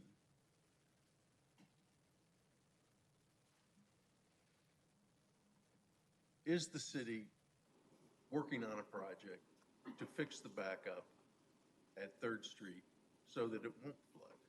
So from the HR Green study that was adopted a year or so ago, there were projects included in there that we're actively seeking grant funding for to be able to We were drive. working to fix that problem. Yes. Okay, Yep. great. So basically, 3rd and 4th Street flooding is being taken care of. Thank you very much, ma'am. Good to see you again. As Alderwoman McGinnis has said, Davenport needs good stuff, nice things. We're entitled to it. We need a traffic department in our police department. We have nobody in that department to come out and stop the speeding. If we want to go forward with this, let the police stop the people that are running their motorcycles and doing crazy stuff downtown. You know, give us some traffic officers, not patrol, traffic. I think that could resolve a lot of problems in this city with racing and things like that. But they can't do their job because there's nobody to do it. So, I mean, that's one of my solutions to the problem. We love for Bettendorf to come and invest in the 7th Ward. We have nice two-way streets. Please come over and visit. Yeah, we'd love to have you.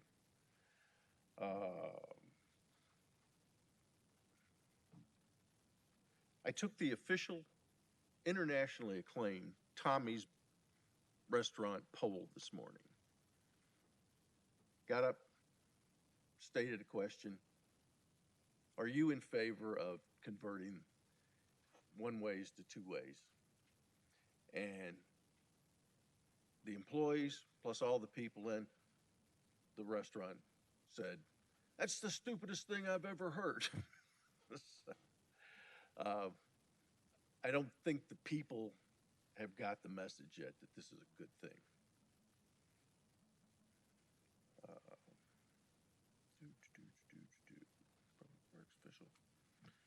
I think that's about all I have to say. So thank you very much.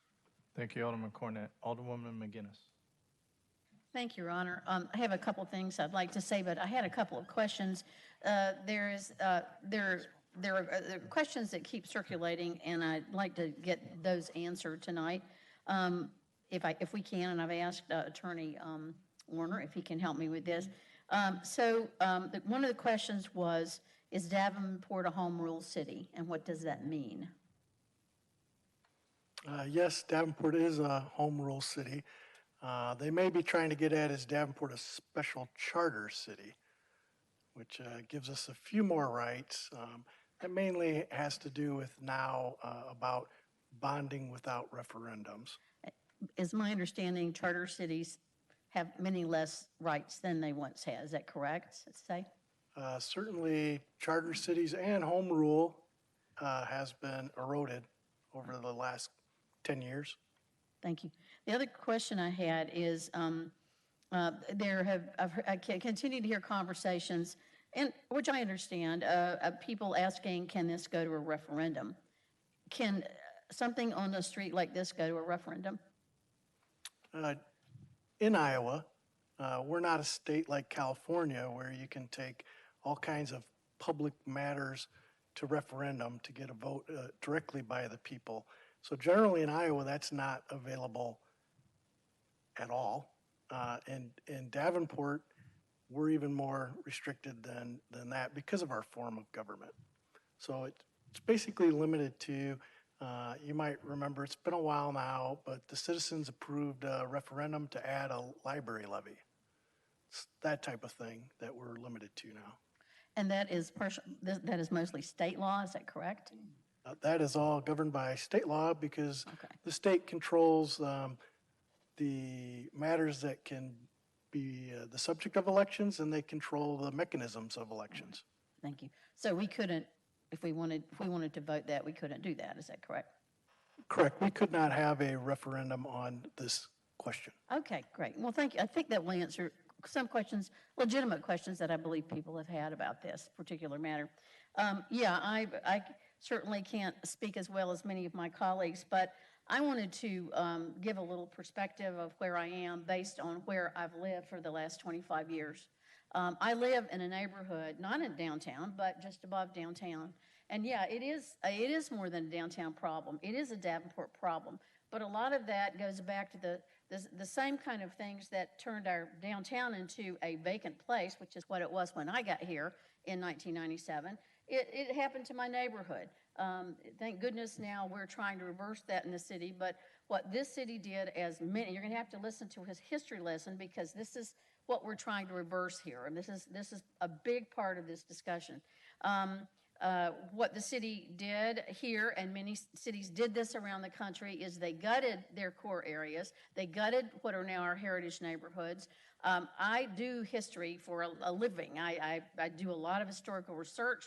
I get paid to do it. I do it for pleasure, but I've done a lot of it, and I've read a lot of abstracts. And again, what you find in abstracts of houses in our core neighborhoods is, now this is a multifamily district. And what that meant is that in certain parts of Davenport, in certain parts, wards that are not south of Locust mostly, so you would see this in 4th Ward, you would see that in 5th Ward, you would see some in 1st Ward, but not as much, and you would see it in 3rd Ward, where they're saying, oh yes, you can come in and you can turn these houses into multifamily, and then what you end up with is a very heavy area of rental property. You have less investment by homeowners.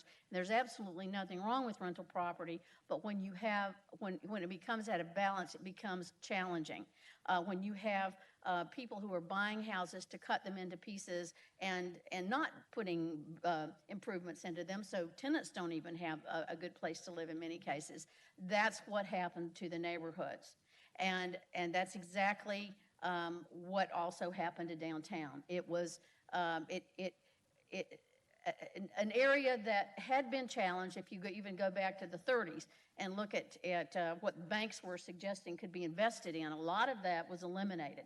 Yeah, if you lived over McClellan Heights, you were okay. If you lived around Vanderveer, you were okay. If you lived in certain parts south of Locust, you were maybe a little bit okay. But it was like, no, you shouldn't invest in these areas because the people are poor or they're black or whatever, is what they said. And they said it very clearly. And that's what happened to our core city. And eventually, as the suburbs grew and the cars became more important, it also happened to our downtown.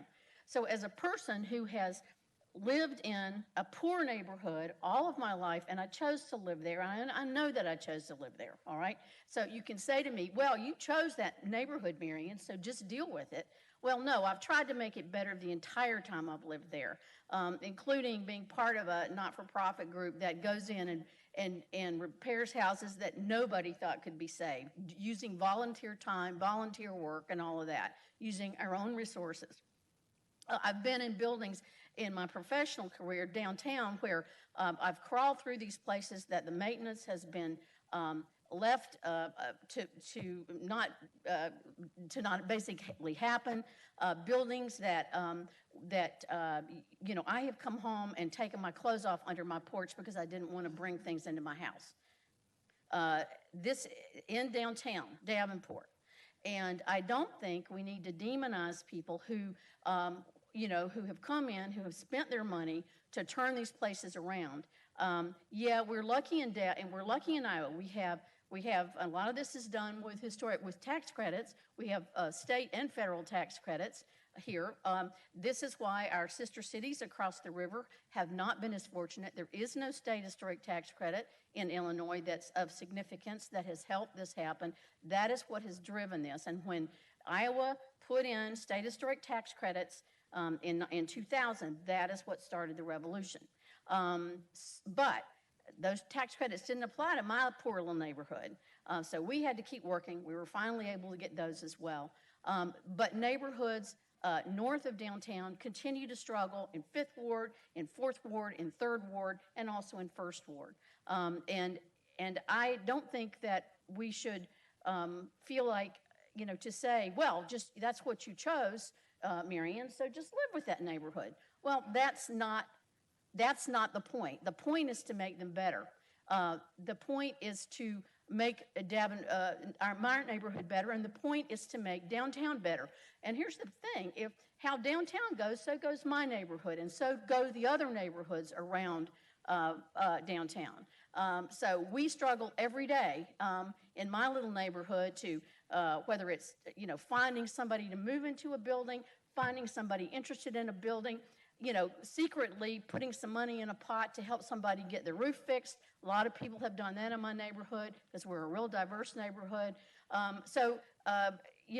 And the people who are doing these restorations downtown these are not millionaires. These are people, as someone said, that are borrowing money to do this. And, being a landlord is if anybody's ever done it, it's tough to make a lot of money at it. It's not a great margin sometimes. And it's a lot of hard work, and it's a lot of detail to keep people happy. So what is being turned around in our downtown are buildings that other people have let sit and rot for years in some cases, all right? So this is not easy work, and we need to give those people a little bit of respect, I think, for what they've done. But it's very important. Our downtown then becomes very important to what happens to our neighborhoods, our residential neighborhoods that people are fighting to save and that they have been doing for years as well. But so as goes the downtown, so go these neighborhoods. And if you want to look at an area that is classic one-way territory, it's 3rd and 4th west of downtown. It is a classic, you have wonderful businesses that have been there for years, but in an environment that doesn't appeal, doesn't want people to live there, doesn't want people to stop.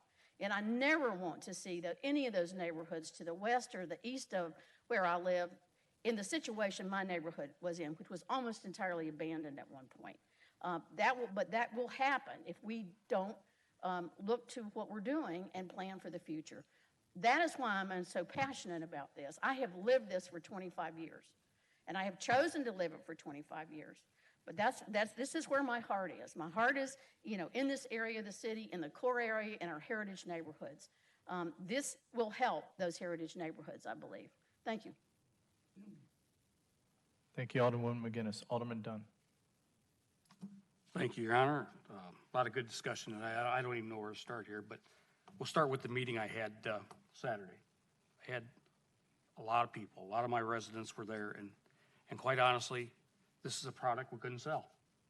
There wasn't anybody in the room other than maybe Alderman Condon and Mr. Carter that were pretty much in favor of doing this, right? You gave a great spiel, you do a great job, and the city has invested a lot of money in the downtown Davenport, and we're not going to stop that.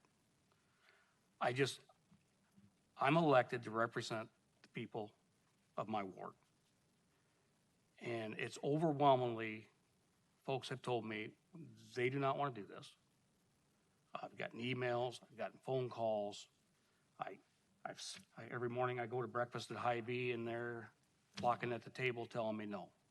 So I'm not going to be pulling any punches here. It's hard for me to support this, right? Especially, and you ask folks, is it really that big of a deal? And they say to me, well, look at the west side, Rick. We've lost Happy Joe's. We've lost Tasty Freeze. We've lost Harris Pizza. We've lost Rudy's. We lost Aldi's. Hy-Vee's talking about closing up. And if you go to Division Street, there's going to be a concern with Heyman's Hardware. So it's real hard for folks to say, I want to spend, we don't know.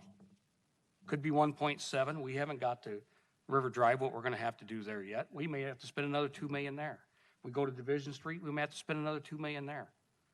Folks are saying, hey, we've supported downtown and we need to keep supporting downtown, but when do we start supporting everybody else, right? So it's real tough for me when I can't sell it. So I will be voting no, but we will continue, as I told you, Kyle, we'll continue to support downtown. Thank you. Thank you, Alderman Dunn. Alderwoman Lee. Thank you, Your Honor. I said last week that I would save my comments until this week. This is a really important decision for the city of Davenport. And as I've said, and thank you, Alderman Jobjan, this really is a Davenport project with a downtown component. It may have started with downtown over the last 20 years or so, but when the city decided it was a project that would come before city council, it became a city project. I spent a lot of time studying and pondering this project as it be applied. I read the staff feasibility technical report, which was very well done, and they did what we asked them to, which was to look at it all the way from River Drive down to Telegraph and talk to us about the feasibility and how we would deal with the various intersections. I also looked at the subsequent response by staff to the council questions. I spent a lot of time looking at the 2018 traffic data. Now, DOT is, as we speak, collecting more traffic data that will be available in January. But what we have now is 2018. I've reviewed all the downtown Davenport archives. I've looked at the transportation and walkability reports, and I've done multiple on-site reviews from River Drive to Telegraph and back again. And then I also went back and looked at each one of the intersections twice, trying to see, you know, I recognize they're feasible, but trying to see how it would look like to a driver and to the people at the intersections and the corners. And most importantly, I think, I've been listening deeply to the folks up here, to those who are affected, to those hoping that some version of this project will solve their problems, and to those opposed. I've only recently made my decision on the project, and I've been honest about this. I've really been thinking about it. I'm a planner. I've been doing it for 40 years. I've worked with federal highways for a very long time. I've worked with DOTs for a very long time. So I'm very familiar with traffic type issues and roads and streets and highways and how they operate. So I really appreciate the work that staff has done. This is a big project. They've provided information. They've done proposed configuration and the feasibility technical report from June or July, as we requested them to. I really appreciate the written answers to some of the questions that we asked in the July 28th memo. And I do believe that staff has shown that the conversion is feasible with any one of the termini. The Marquette Street, the Division Street, or Telegraph, as well as the intersection, the problematic intersection at River Drive. And I also believe that aldermen have a responsibility to make an informed and carefully considered decision, which I've made an effort to do, and I think everyone here. I'm not really, I understand that there's a lot of studies out there. We've had things talked about. This study says this. Studies show, or other cities have already done this. But I don't have the citations for those, and I don't know how those studies would apply to our situation here in Davenport. Each conversion and city is different, and we cannot assume that their actions can be applied directly to Davenport and the situation here. So my first and overriding concern, and again, I'm looking at this from the bigger picture, is that the city has not clearly stated what the problems are that we're trying to solve and the benefits to be gained for the costs of converting those one-way streets at 3rd and 4th. Now, we've got other one-way streets in Davenport. We've been throwing those terms around, one-ways, two-ways, 14th and 15th, Harrison and Brady. We're talking about the 3rd and 4th conversion for the areas associated with each of those possible termini. The burden falls on the city, since this is a city project, to provide this information to residents, businesses, and council so that we can balance the costs that have been stated. We keep saying we're trying to save money with the benefits, and I don't think that's been clearly stated throughout this corridor. And that's a question that I've been asked a lot. What are we going to get for this? And I think that's the reason why people are saying if it ain't broke, don't fix it. Because we haven't proven that it's broken, including along this corridor. We haven't made the case. And as I went back through the last couple of years of CIP, the justification was worded exactly the same as the description of the project. Our CIP said for the last 3 years the conversion of 3rd and 4th Street from Marquette to River Drive to two-way traffic. That was the justification. It was just do the project. But that doesn't tell us what we're trying to deal with and what benefits we're trying to create. It's true that we originally requested a feasibility technical report.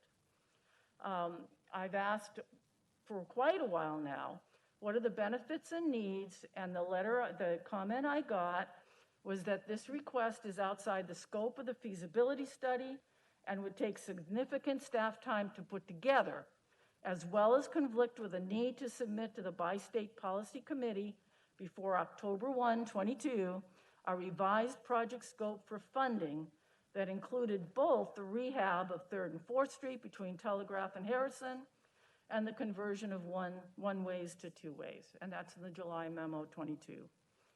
So it's difficult for me to support spending city funds without clearly stating the benefits to those along 3rd and 4th Streets and throughout Davenport. I listened carefully to downtown business owners and residents, many of whom complained about a noisy dragway at the intersection of Harrison and Brady at 4th and 3rd. I spend a lot of time in downtown during different parts of the day and the evenings. And the dragway is actually, this is why it's so important we not just say one ways to two ways. Because the dragway is Harrison and Brady. Now that passes 3rd and 4th, but that's not where the dragway is. They're staging up by Locust and they're staging on River Drive in the parking area down by the police station. And then they're driving back and forth. So that's where the speeding is going on. The technical report said nobody's speeding on 3rd and 4th, and like one of the speakers said, you can't unless you start running red lights. That's not where the speeding is occurring. So the conversion would not in any way solve that particular problem, nor would it help with calming and a sense of place unless the noise and speed associated with the dragway and train horns are dealt with. The proposed number of two-way and four-way stops, which do not have pedestrian crossing lights, regardless of which terminus we look at, also contribute to safety problems for pedestrians crossing 3rd and 4th Street and their intersecting streets. And you do, no matter whether it's one-way or two-way, you have to look for cars that are turning. That's where a lot of the danger is. It's not you have to look back and forth, or you don't, or whatever. It's you have to look at those cars that are turning. Since the downtown area has been identified as the fastest growing residential area in Davenport, I cannot support a conversion that does not provide bike lanes, clear ways to safely hold outdoor events at businesses, and consistently provide safe crossing at all busy intersections. My second concern is traffic safety at each of the 4 intersections considered as alternative termini, and I'm going to include River Drive with that. And all the proposals for dealing with traffic is we will do paint to show cars where to go. And I have also been told, I have a busy intersection in 8th Ward, that paint wears off pretty quickly. So I believe that this will also be a problem at any of the intersections considered for reconfiguration, which is all of them, where only paint is going to be used. And it's going to be very important at night as well when it's more difficult to see. So the first intersection, 3rd and 4th with River Drive. According to those 2018 traffic numbers, and I think the numbers are even higher now, we'll know in January, nearly 20,000 average annual daily traffic were counted on River Drive between 3rd and 4th Streets, and 23,000 cars feed into 4th Street from River Drive. AADT is the average traffic over 24 hours over the year, which conceals levels of traffic at peak hours, which typically is higher. According to the 28 traffic numbers, these numbers are the highest traffic counts from River Drive to 11th Street to Telegraph to Rockingham to North Pine. That entire area, that River Drive at 3rd and 4th has the highest traffic numbers. The angles at each intersection don't meet DOT standards, and it's especially difficult to make a left turn from 3rd to 4th now. And it'll be more challenging with additional with the traffic going two ways in both directions. The city's applied for a RAISE grant that includes reconfiguring 3rd and 4th Streets at River Drive and raising 3rd Street adjoining the reconfigured intersection. It makes the conversion of two-way at River Drive more complex and potentially dangerous. It also raises the cost of implementing the conversion now. I suspect that the new Y and new apartments near the Y will increase and have increased the traffic on both 3rd and 4th and at and near the intersection based on from the 2018 data. We cannot paint a new configuration and add a light to make this a safe set of intersections at River Drive.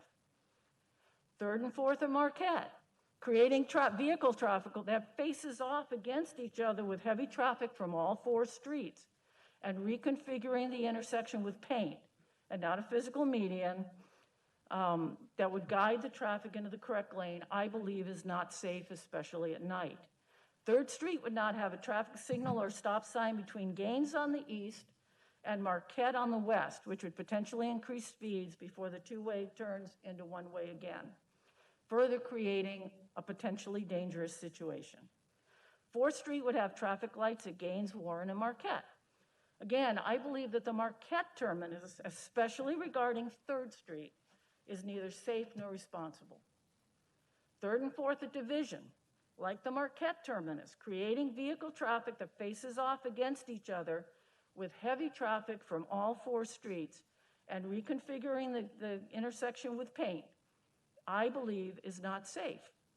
The traffic, average annual daily traffic numbers along Division, again, the 2018 data, including where it intersects with 3rd and 4th, are substantially higher than the traffic at Marquette. Further contributing to the unsafe situation of the intersection is the interstate railroad crossing that goes across 3rd, 4th, and Division. It curves right there. It curves across all 3 streets. At 4th, the old degraded railroad gate is about 1 sedan car length from the intersection with Division. Most maps show where the railroad is, but you have to look at where the gates are to determine distance and safety. On Division, the gate is about 2 sedan car lengths from the intersection. It's possible the number of trains may increase on the interstate, the Iowa Interstate, if the merger is approved, because CP has usage rights on the interstate lines. Drivers may try to turn left onto 4th Street from the southern exit of Ace Hardware, where the traffic would still be one-way, but you've also got this two-way coming at you. There are also many semi-trucks, I'm told, that access the alleys and businesses at or near that very busy intersection. The owner of Ace Hardware reports, and I talked to him at length, that accidents occur in and near this intersection, and many of them are bad crashes. With cars facing each other and expected to turn at the conversion intersection, especially on 3rd, using paint, I believe, is substantially unsafe, and it's more unsafe than the Marquette. The cost of updating the railroad crossings at 3rd, 4th, and Division, I believe, and I've said this earlier, must be included at the cost of this intersection, as I believe the location of the gates, not necessarily the tracks, but the gates, affects the ability to ensure sufficient distance from the gates to safely implement the conversion at this intersection. In response to my question, staff agreed to discuss this with the railroad if we decide that Division or Telegraph are the desired terminus, and I don't know if that's happened, and I haven't received the answer to my question. So the last one is 3rd and 4th to Telegraph. I believe that this is the only safe terminus for converting 3rd Street and 4th Street to two-way traffic, as this configuration is the only one that does not have traffic facing traffic at the intersection, one way against the two-way, because this one has two-way traffic merging into two-way traffic. However, I can't support this option because a large number of businesses and residents at the West End and others who use the roads and access businesses at the West End have strongly expressed their opposition to two-way traffic in multiple and very responsible ways, and I do pay attention to petitions, and I will support their wishes. Overall, residents in the 8th Ward have not expressed much interest either way, but all who have expressed their interest have been opposed. All of them. I also believe that once the project to any of the termini goes into more detailed design, the cost may increase substantially for appropriate placement of traffic lights, pedestrian lights, medians, and intersection reconfigurations. I believe it will also be necessary to completely close at least one of the streets intended for conversion until the entire length is completely painted with traffic control per the ordinance in place and working before the street can be reopened. The other street will need to be at least coned for two-way traffic until the implementation on the first street is completed, and vice versa. And that has me concerned as well. And last, on Saturday, a department head whose opinion I value greatly said this is a moral issue, not necessarily a liability issue. I mean, if we decide to go to two-way at one of these terminuses and there are accidents, we need to consider it, is it the right thing to do? I agree.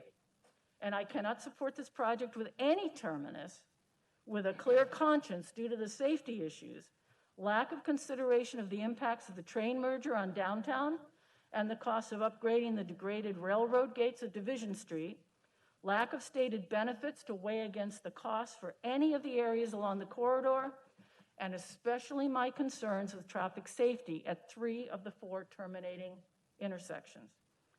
I believe that for me, and for the 8th Ward, and as I look at Davenport itself, because a lot of people use the downtown and those 2 streets, I believe that a no vote is the only responsible vote for me on the subject as designed at this time, regardless of which terminus is selected. Thank you. Thank you, Alderman. Make a motion for a 10-minute recess. We don't need a motion. We'll have a 10-minute recess. So 7:36, so 46 be in your chairs.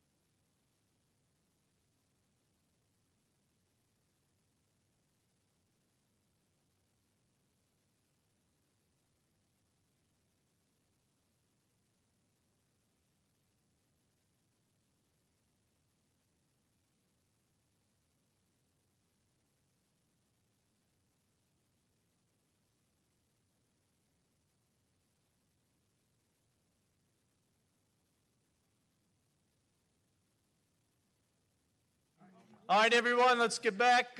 Thank you for being patient. Gentlemen, ladies, thank you for being patient. Thank you for being respectful of people talking. So we'll continue. Alder folks. Mr. Ortiz. Thank you. Alderman Kelly. Thank you, sir. So I've been quiet for quite some time, so I'll give you my little story time. Story time is, this will show my age. Do you guys remember Mr. Snuffleupagus?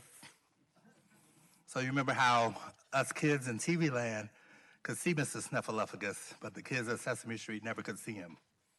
So here goes Mr. Snuffleupagus. So I've never spoken, and I've been waiting because I've been meeting with folks. I've met with Kyle Carter. I've met with J.J. Condon, and I've been trying to be sold on the whole idea. So my things are going to be short and brief, but to the point. So I have a handful of people in the 5th Ward that have told me they wanted this. And I mean, I can count them on my hand. And I've always been on the opposing team, so in life, so this is nothing new to me, but it's kind of interesting where we're going and what I'm going to say. So I want to take you guys on a little journey to my side of town, Cannonball Alley, called Jersey Ridge Road. From Jersey Ridge Road, 11th Street, all the way to Kimberly Road, there's no stop sign. So we talk about safety, we talk about businesses, we talk about all that stuff, so just keep Jersey Ridge Road in mind. So the safety, there's been mornings where I have to pull my truck out in the middle of Jersey Ridge Road to let the kiddos from my side of the 5th Ward to the McCullen side go to McKinley Elementary. So I've been chasing my tail trying to figure out how do I get a crossing guard over my neighborhood. So I went to the school board, I came to the council, I went to the police. So I talked to soon Police Chief Blado, and he let me know that that was a police issue. So I'm still trying to find that out. Businesses on Jersey Ridge, I've been there so long. My mom and dad bought a house in 1974. So where the bank is right now, to me, that was Jack and Jill's when I was a kid. Across the street was a taco hut. So I've seen the businesses come and go. And at the bottom of the street, it was Papa Gallo's. So I'm showing you how old I am. Now, it went from Papa Gallo's to winery, and then it was a stripper place where they sold outfits to the strippers. Strippers gotta have clothes too. So, with that being said, businesses are opening and closing all the time on a residential street. It's a 2-lane street. Safety, the 2 most precious things I have in my life. I don't have a family, kids or anything, or my mom and dad. My mom was hit on Jersey Ridge from a speeder. We don't talk about stuff like that. I try to keep my personal life personal, but tonight I'm gonna tell you some things about my personal life. So to have lost my mom due to the fact of somebody speeding up and down a street, a personal residential street, by the way, 2-way, would have been devastating to me. My dad died when I was 50, and it was devastating to me. My dad was also hit on Jersey Ridge Road. So I have a lot of points that I can keep going on and on about, but I just think it's interesting that we're talking about safety, we're talking about businesses, we're talking about all these things, but we can't even guarantee those things in the neighborhoods that we have right now. So how are we gonna guarantee these things downtown at Davenport? And then I laugh, I don't wanna put Administrator Speaker on point, but one day in a meeting, she said, North Park will never be what it once was. And I started cracking up laughing. She looked at me and I said, oh no, because I've been quiet. And I wanted to say, downtown Davenport will never be what it once was. I can remember going to Peterson, Hardin, Bar Mar, Sears. We used to go get our seersucker suits for Easter. We look like little ushers, but hey, that was the thing to do. Go downtown to shop. You're not gonna do that. And what's funny is I love the downtown area, but downtown is, to me, an attraction. It's not a draw. There's no draws to downtown. I love downtown. I'm not gonna sit up here and act like some of my colleagues. I go, but it's things that I go to. I don't go to downtown every day. I come to downtown once a week to come to council. I go to downtown to go have a meal, but I'm not down here all the time. So I'm not saying it's a bad place, but look at the things that are growing and doing downtown with the way it is. And I'm not on that, it's broke, don't fix it, yada, yada, yada. But I want the same guarantee that you guys are putting out there for yourself. I want that for my neighborhood. That's all. Thank you, Alderman Kelly. Alderman Ortiz. Thank you, Your Honor. All right. First, let me say, I want to thank all who has reached out to me through phone calls, in person, emails. It's been a tremendous amount. We all kind of know, as you can tell by the speeches, where everybody lies and the number at which this council sits right now, and the, I guess, pressure that I feel as a new alderman. Second, I hear a lot about who we represent. Well, I proudly represent the 4th Ward. If this had, and I've talked to my 4th Ward residents, if this had anything negatively to impact on my 4th Ward residents, I'd vote no in a heartbeat, because I represent the 4th Ward. They are who elects me. They are who I work for. But I also vote on every issue throughout the city of Davenport. So I am a Davenport alderman also, and I represent everybody in the city of Davenport proudly. Let me just state that from the very beginning. From day one that I come on here, I pride myself on bringing people to the table.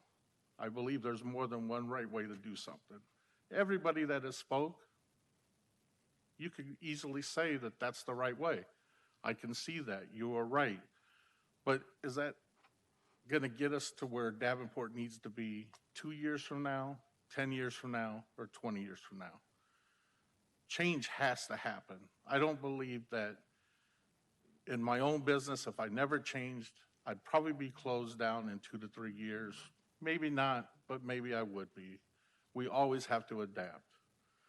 You know, we don't do this for the pay. We do it so that way we can make Davenport better and hopefully leave Davenport in a better direction, a positive direction, and financially sound.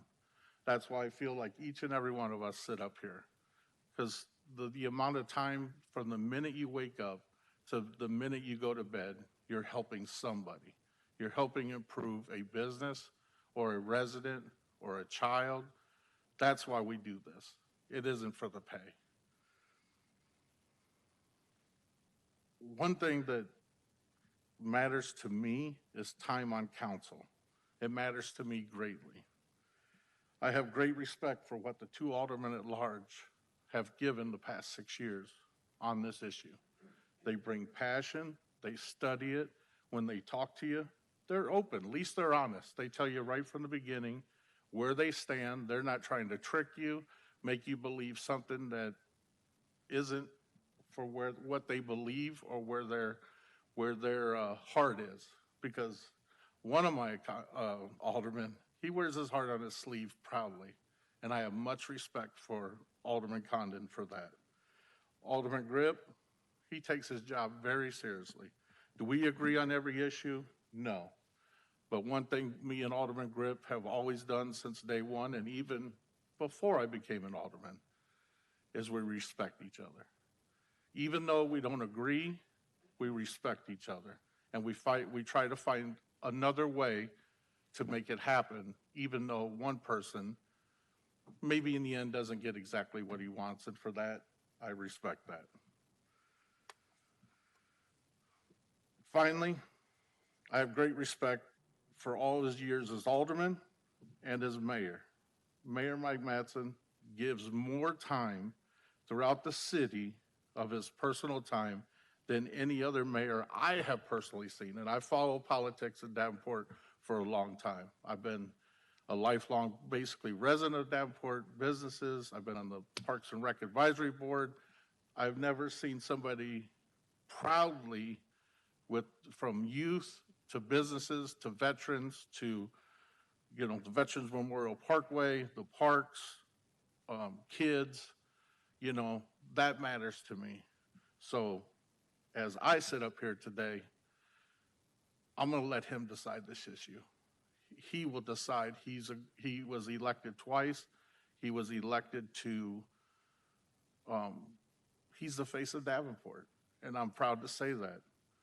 But with that, I hope my colleagues, and I know we got a resident that comes to more meetings than I do. I'm going to ask for 3 amendments to get my vote, and I hope my colleagues will see that these amendments are something that's going to bring all of us together, because just because you vote no doesn't mean that you shouldn't understand that this project needs to be good for the businesses, the residents, and Davenport. First, I truly, with all my heart, is it the right place, the right end?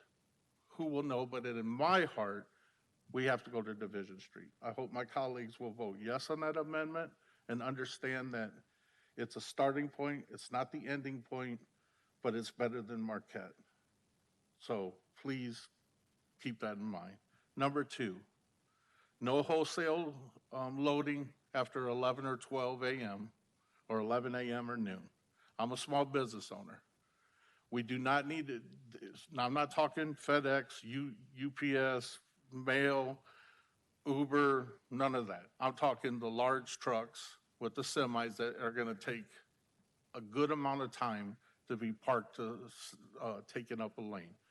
So I hope through the next few weeks of us talking, we can agree on 11 or 12 o'clock time that wholesale deliveries can be met. And I know the wholesalers can do it as a small business owner myself. So that way the roads will be open. People will be able to, whether they're walking, driving, or whatever, will be able to get through downtown Davenport in a positive way.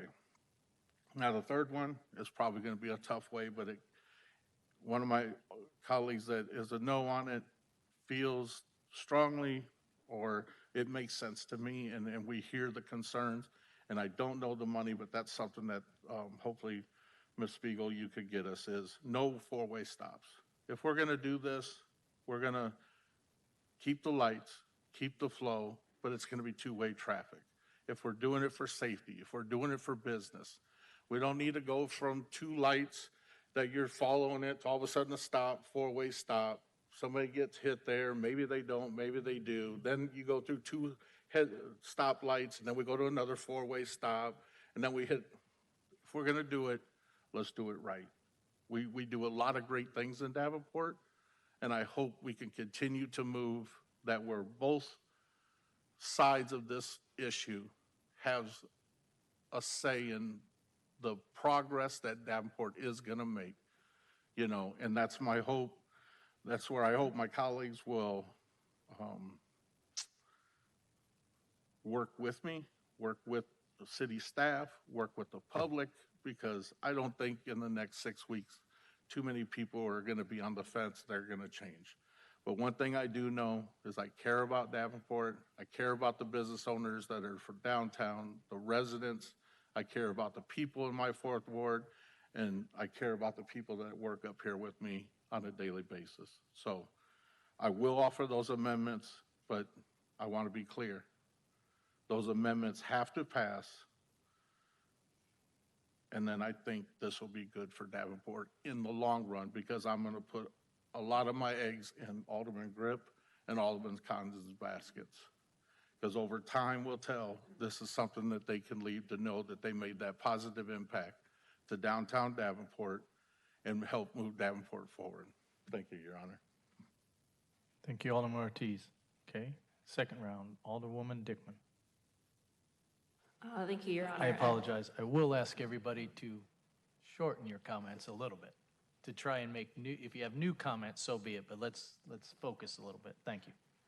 And this is, staff can stop me if this is not okay, but I was wondering if Major Bladel would be able to come up and give an opinion from a police perspective about safety. So I will actually take that for him. As many of you have indicated, we have two-way streets and one-way streets throughout the city. Public safety, both police and fire, will continue to respond to our constituents regardless of traffic configuration.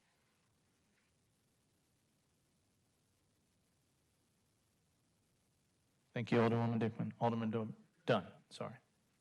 Thank you, Your Honor. I would ask that before we go making amendments, that somebody actually goes down and talks to the gentleman at the hardware store that has concerns. So if you want to make an amendment, please go talk to him first, see what his concerns are, and then come back and see if you still want to make that amendment. Thank you. Thank you, Alderman Dunn. Anyone else? Okay, so I've heard no motion for an amendment, so I'm leaving that alone. Fair enough. Okay, so I'll add a few comments. And don't buzz in after me, but try and do that, so I'm not going to let you. Okay, I know every now and then we try and do that. Okay, so first, as many people have said here, and to my colleagues left and right, thank you for this discussion. Thank you to the staff.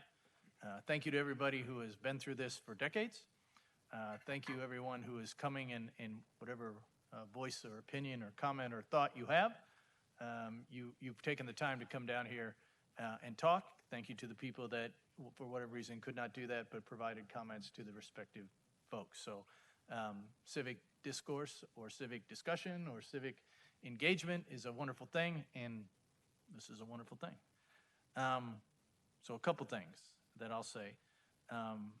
What I love about this city, what I love about the staff, what I love about the council, and you've heard me say it especially during the last few years when we had to problem solve, like, I don't know, 10 times a day on what we're doing.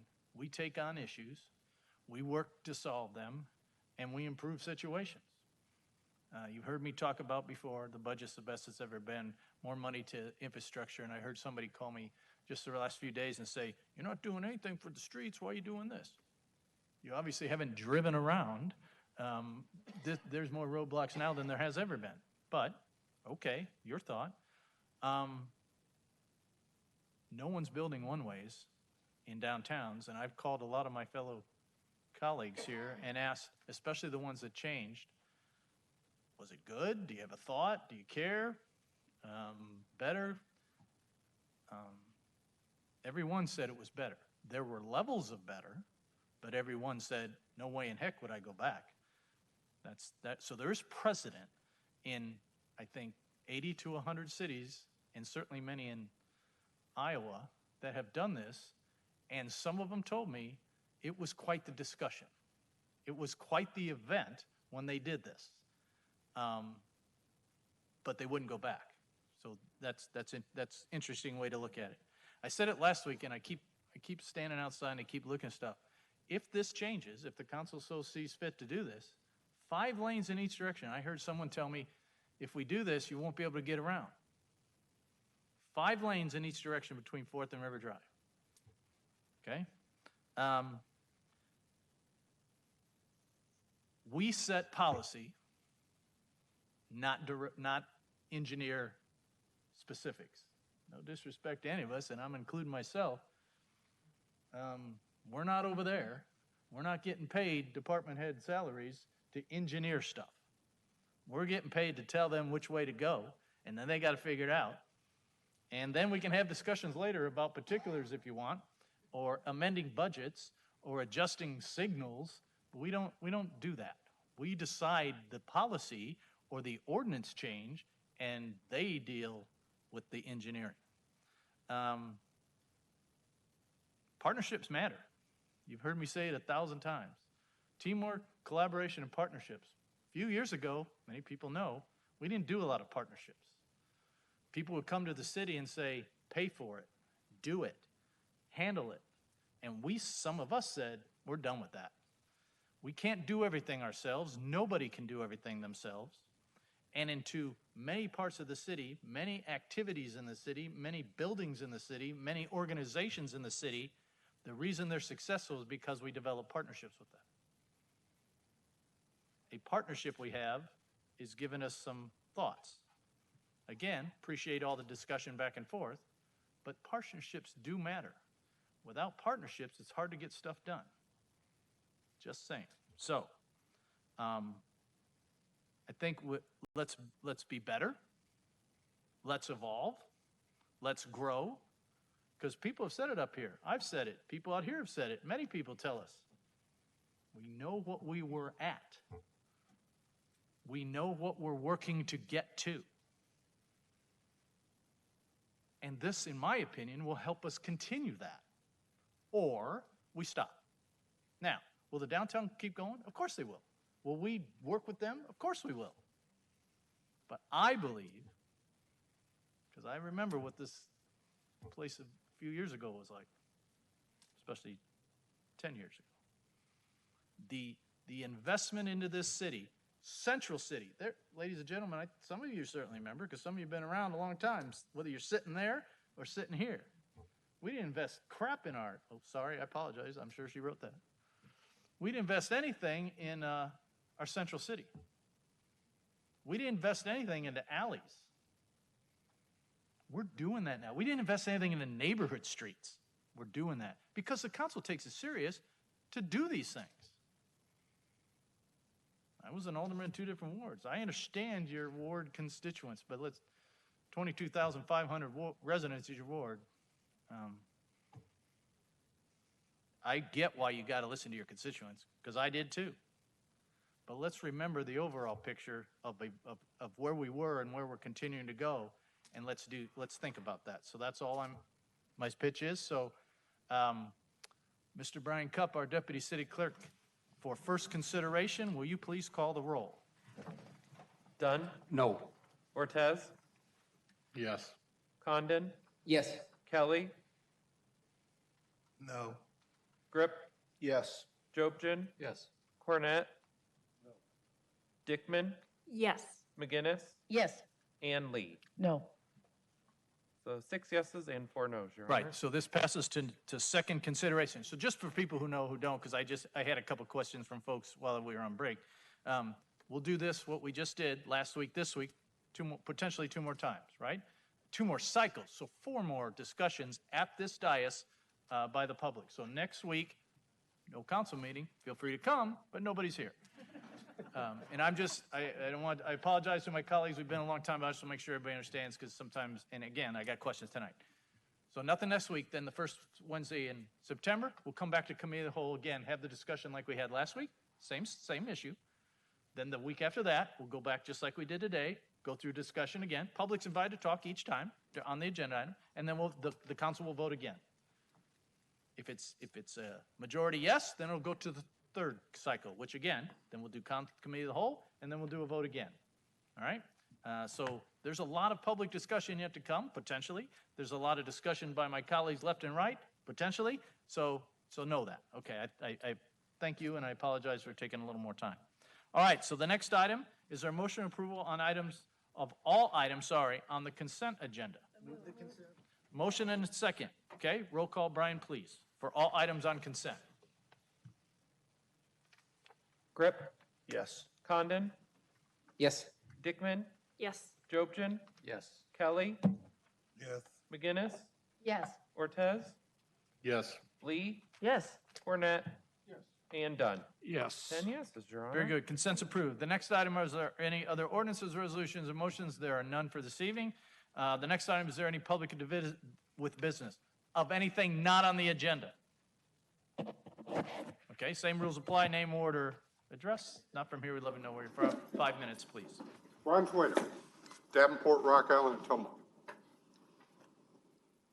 I want to thank the council for a great discussion, but my point tonight is we the people.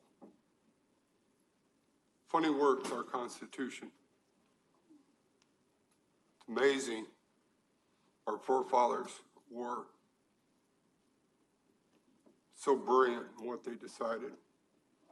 So all I'm going to say here tonight is, brother, whatever I come here before this council to speak, you may not like my words. You may not like me here every week. Frankly, I don't care.